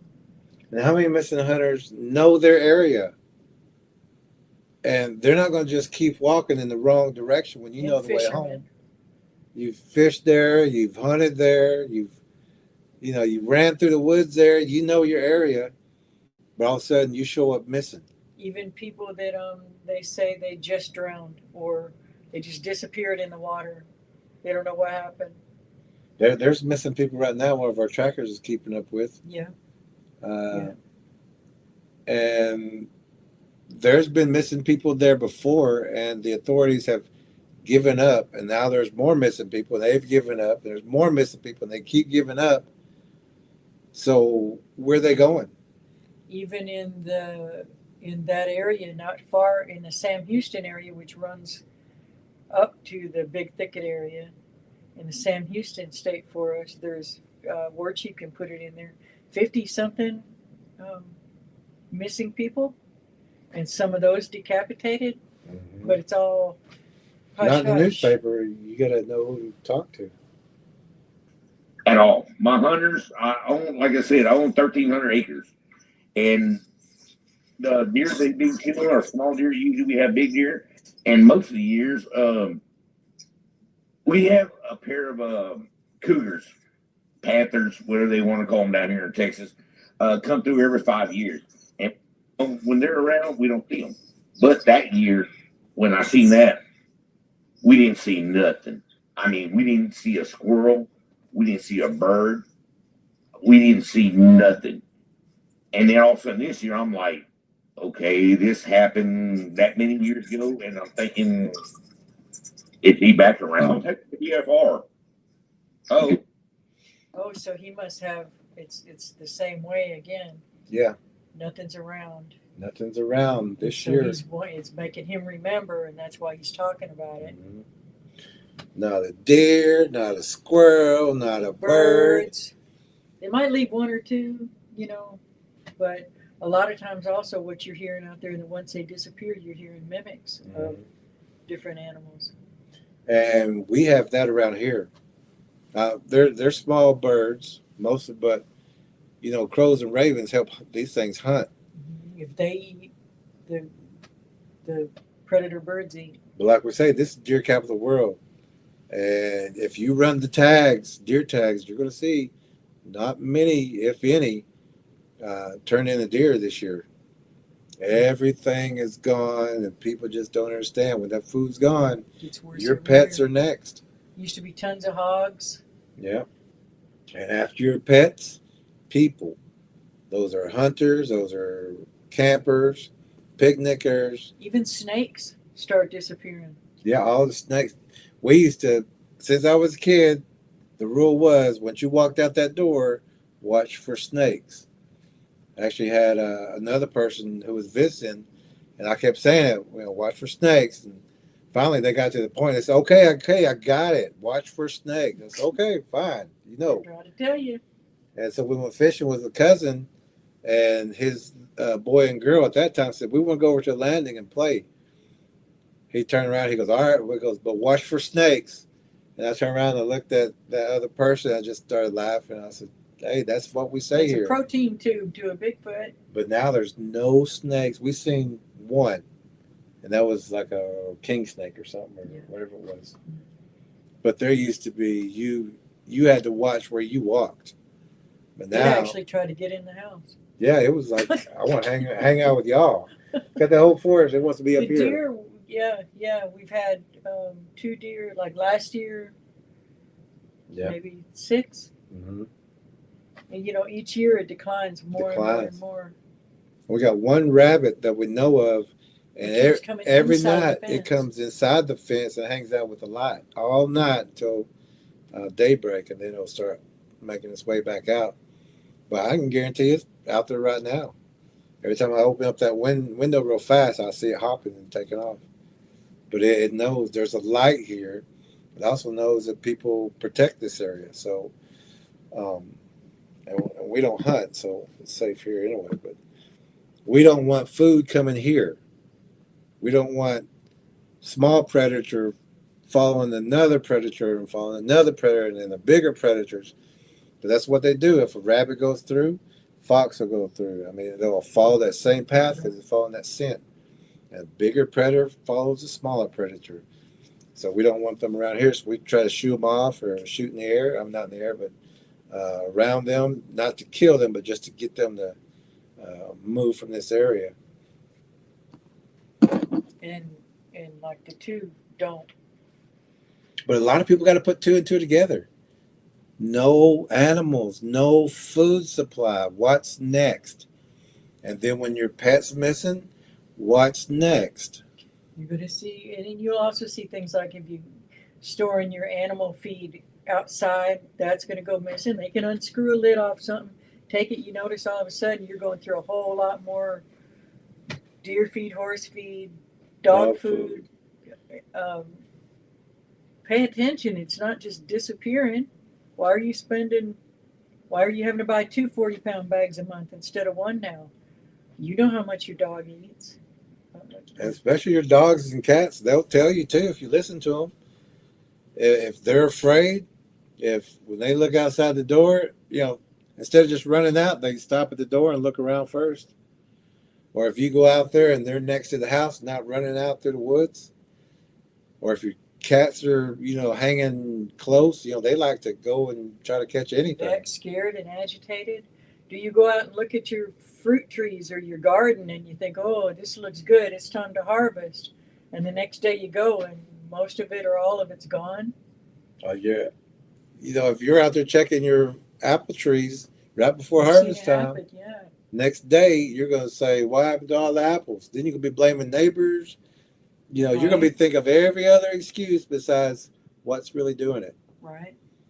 So this guy's got no animals whatsoever. Even the cougars have disappeared. So it's not the cougars. It's not a rabbit that's eating all these deer. There's nothing there. Also, watch your trash. Keep your trash inside. Yep. Put your food trash,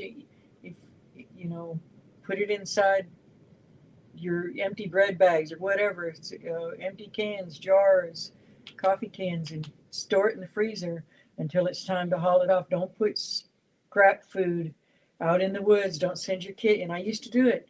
Send my kids out there. Hey, we had one stump out there that had a hole in it. I would say, well, go dump the food in that hole. Well, gee, we were luring them. We were baiting them right up to the house. Mm-hmm. So if you are throwing scraps out, look where you've been throwing those scraps out. See if there's not a big blind right here. Your skirting is pulled down. Yeah, pull downs. Those are right next to where you're throwing scraps out.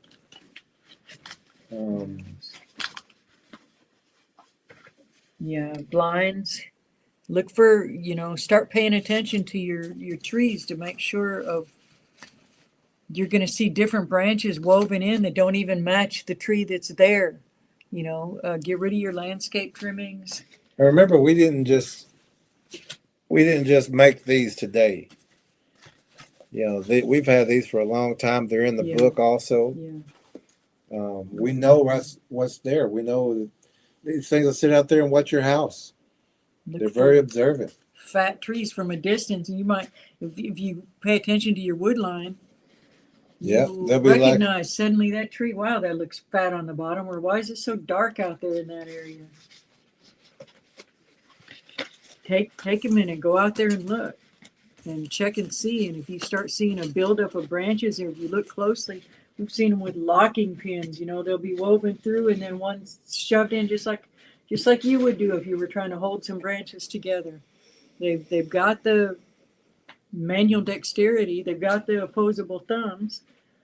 We seen this one across the street, but this was high up in the tree, blending in, but it was out there just watching us. Yeah, the pull downs can be up high too, and look for wherever would be the best vantage point to your front door, back door, side door, where you park your car, your mailbox, anywhere that you've got a habit or a pattern of going. They're watching those patterns too. And so they know what time you come in from work. Sure. They know what time you go to sleep. Uh-huh. What time you go and cook dinner. They know what time you watch TV. They know what time you go out and smoke a cigarette, what time you let your dog out. Mm-hmm. They'll also, and you can even look at the feet right there. They'll get as close to that tree as possible, put their arms up, blend into that tree, look between those small little cracks. Right now is a perfect time to look for blinds. Well, unless you under 4 feet of snow like Tracker Lorna. Mm-hmm. But sometimes they'll be hanging most of us downward like a squirrel. So you may be thinking the body's upwards, but the body's in the bush and it's hanging down, just looking. Yeah, like a spider. Yeah. Yeah. And let them know about this because, for at least a 14-inch print, that son gun had to weigh about 1,000 pounds. 800. Still small. To be at least 9 foot, 10 foot tall. Still small. That thing was huge.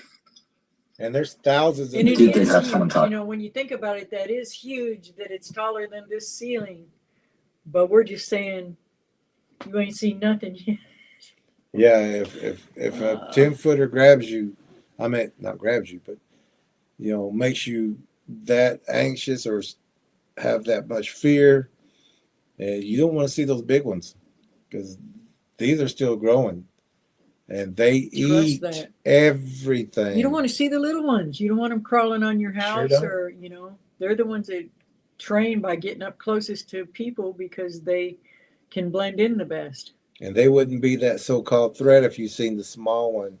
Oh, I seen a small Bigfoot, which we've had people say, even just the other day, we had a person say that one stepped out the road and waved at them. Mm-hmm. But they didn't stop and go chase it, which that's what it wanted to do. That's a decoy. Decoy, just like Patty was a decoy. She didn't just stop and look back and wonder, she was trying to get them to follow her. Let's see. Shade. Hey, look at that. Happy New Year, Shade. Is here. He says, salute, I'm going to sleep, LOL. Just seen you all on live, still on, watching Wednesday. Hey, we're about to also do Glad a to see you. 10:31. We're going to take a little break in between, maybe, and then go in and open up a new stream for other things. Tracker Lorna is saying hi to Shade Viking, and Shade is saying good evening, Jerry and Ella and Trackers. He's also saying God bless us all and Happy New Year. Amen to that. Wedge is saying Happy New Year, Shade. And Shade is saying yup, yup. And Armando is saying looks like a Bigfoot with Santa Claus bag. Not sure. It's kind of small for us for the screen we're looking on, Armando. But so this guy has Bendiciones. has no. And there's Jody. Jody saying Happy New Year, Shay. But this guy, there's no rabbit, no deer, and they had cougar, 2 of them that would come through. Squirrels, birds. No cougars, nothing. And they're saying that this thing come back around. It's been there. That's why there's nothing there. To you about it? Do what, sir? Did they have someone talk to you about that? They did, and I told them, hey, I got avid hunters. I go, they pay me to hunt on this land and everything else, and they wanted to come out there and do investigation and everything else and stuff like. I told them, I said, I can't have y'all interrupting my hunting deal. They're useless anyway. That's my income. Yeah. But I understand that. Not. Hey, I'm just hoping that maybe it's a migration deal that he got going through there, maybe, and maybe I'll see it again, and it'd be nice, dude, just to kind of communicate because now all these years have gone by, and he's beginning to wonder if that's really what he saw. He knows it's what he saw, but he's still like, man, I'd be prepared this time if I could see it. No, it wouldn't be nice to communicate with it. Don't try to communicate with it. Get the Bigfoot Gifters book. And you don't want to communicate with something when all the food is gone.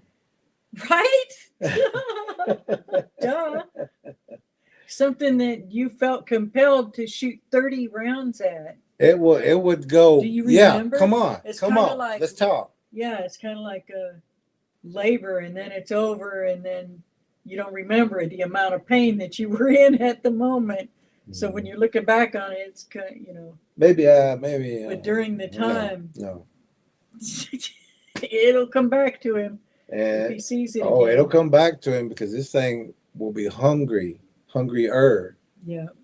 Because if all your food's gone and you're out there going, here, kitty, kitty, that's not a kitty cat that's going to be coming out there looking for you. And some do migrate and travel, but other ones, if they got a good gig, they're going to stay in an area. I said, this is my area. They got Bigfoot gifters out there, or people that are going to gut the deer and leave it all right there for them, or leave them food. They got the hog food and the deer food from the hunters. And they are cannibalistic, so big ones eat the small ones. Sometimes you're going to hear those battles, or you're going to walk into a part of the forest that just looks like a tornado hit that place. Trees. Oh, it's awful. Yeah, that's no guardian of the forest. No. They destroy. You could tell something happened there. I mean, what you see, trees just bashed up. And, The biggest boneyard that I ever saw. As far as I could see, was as big as a football field. I didn't have time to get beyond all that, and thank God I didn't, because you know that could have ended badly. But it was like that at the end of that cut-in road where they were starting to clear it. It was just absolute destruction, and it looked like the loggers just bailed, like they got out of there. It wasn't. That part was not logging destruction. There was actually really no sign of that other than the road in. But it just looked like all you could think was monster fight. What the ham? let's try to. I think this is just about over, so let's finish it up. Okay. I mean, it didn't offer a threat. Yes, it did. It followed you and tracked you. He didn't and shoot 30 times. He's talking himself out of it. he's trying to, and we see this a lot after someone will try If to you go wanted connect. me, you could have. Yeah, it could took me any time. It was It's just just idiot as thinking. Scott says, it's all okay until it's not. Until it's not. Yeah.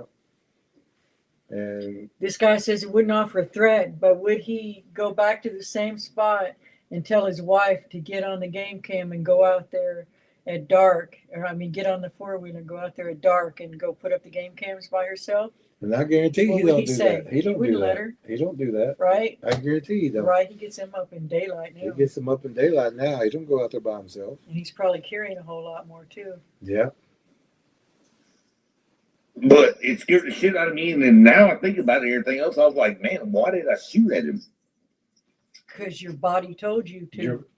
And the commentary, he's like, yeah, like, why did you?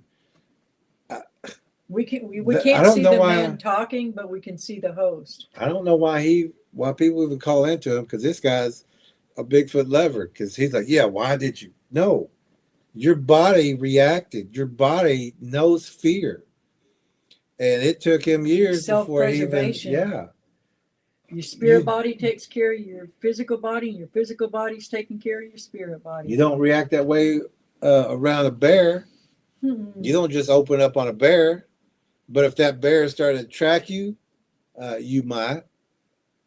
But this thing right here is 8 to 10 foot, big, tracking him, crashing through Long claws, the trees, not going around stuff, concrete chomping jaws. and staring at him. It's not, oh, you caught me and I'm looking at the deer or something. No, this is staring directly at him. Eye shine means it's looking at you. When you see eye shine, it's looking at you. And we're their upstairs neighbors. They're living all over underground. Yeah, they're all underground. And this guy, so I don't know why so many people just don't say this They is don't what want to happened. accept it. This thing was tracking me. This thing was going step for step. This thing, when I turned around, it turned around. Not doing it for play. When I turned around, it was looking right at me. Was it last week that we had Randy on? There was a boy when one was pacing him just like that through the woods. Okay, exact same thing. Pacing him and his cousin through the woods. They got spooked and they went back to the house. They were there for a family reunion in Louisiana, but the western side of Louisiana, so not that far from, he said, what, Baytown? Or, that whole area, eastern, southeast Texas. Pacing them, they got scared. They went back to the cabin or back to the house. He went in to take a bath. He was 14 years old. And one reached in the window and swiped at him, tried to snatch him out of the window. It wasn't doing it for fun.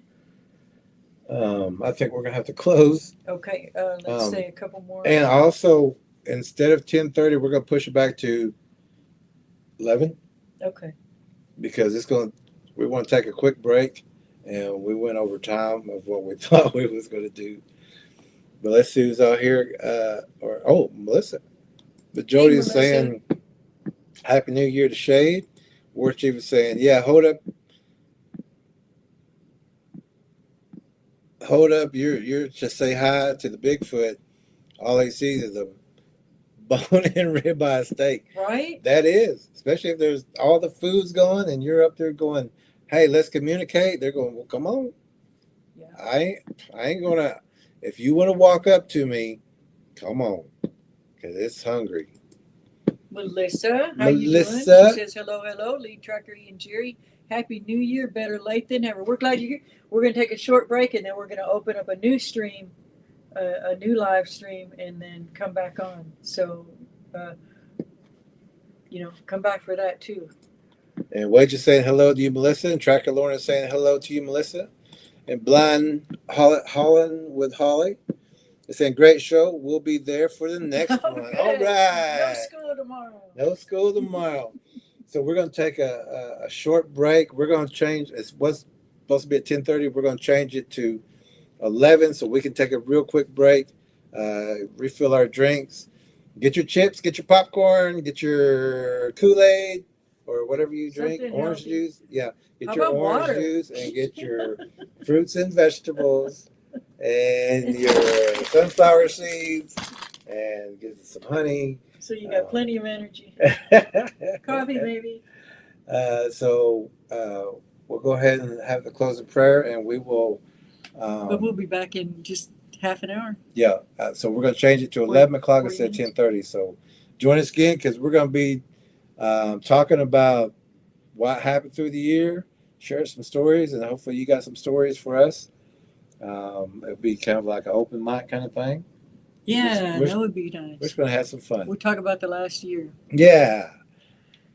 Thank you, Lord, just for this group of people, avid learners, intelligent people, people that care about getting the truth out there. We're just so grateful for every one of them, Lord. And we love you. We're grateful for you. And we're looking forward to what's in the year to come, Father. In Jesus' name, in the name of your Son, Yeshua. Amen. Amen. All right. Bathroom break, food break. Renee says, Happy New Year, peeps. Melissa says, it's 11:19 my time on the east. Okay. Oh, okay. All right. So 11, okay. You so, really have to stay up late. Yeah. And we're going to celebrate all this with all of y'all. So. All y'all. All y'all.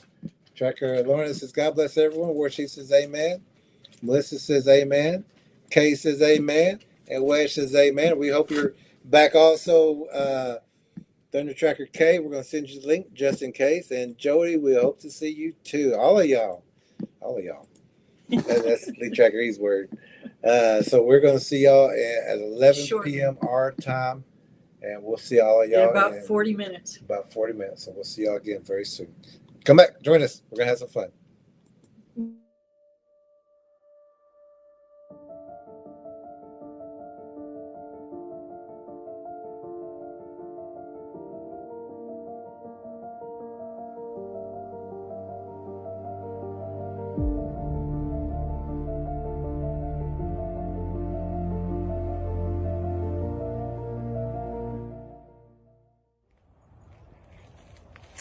Footsteps walking when I do, I hear the sound, but see nothing as I look around.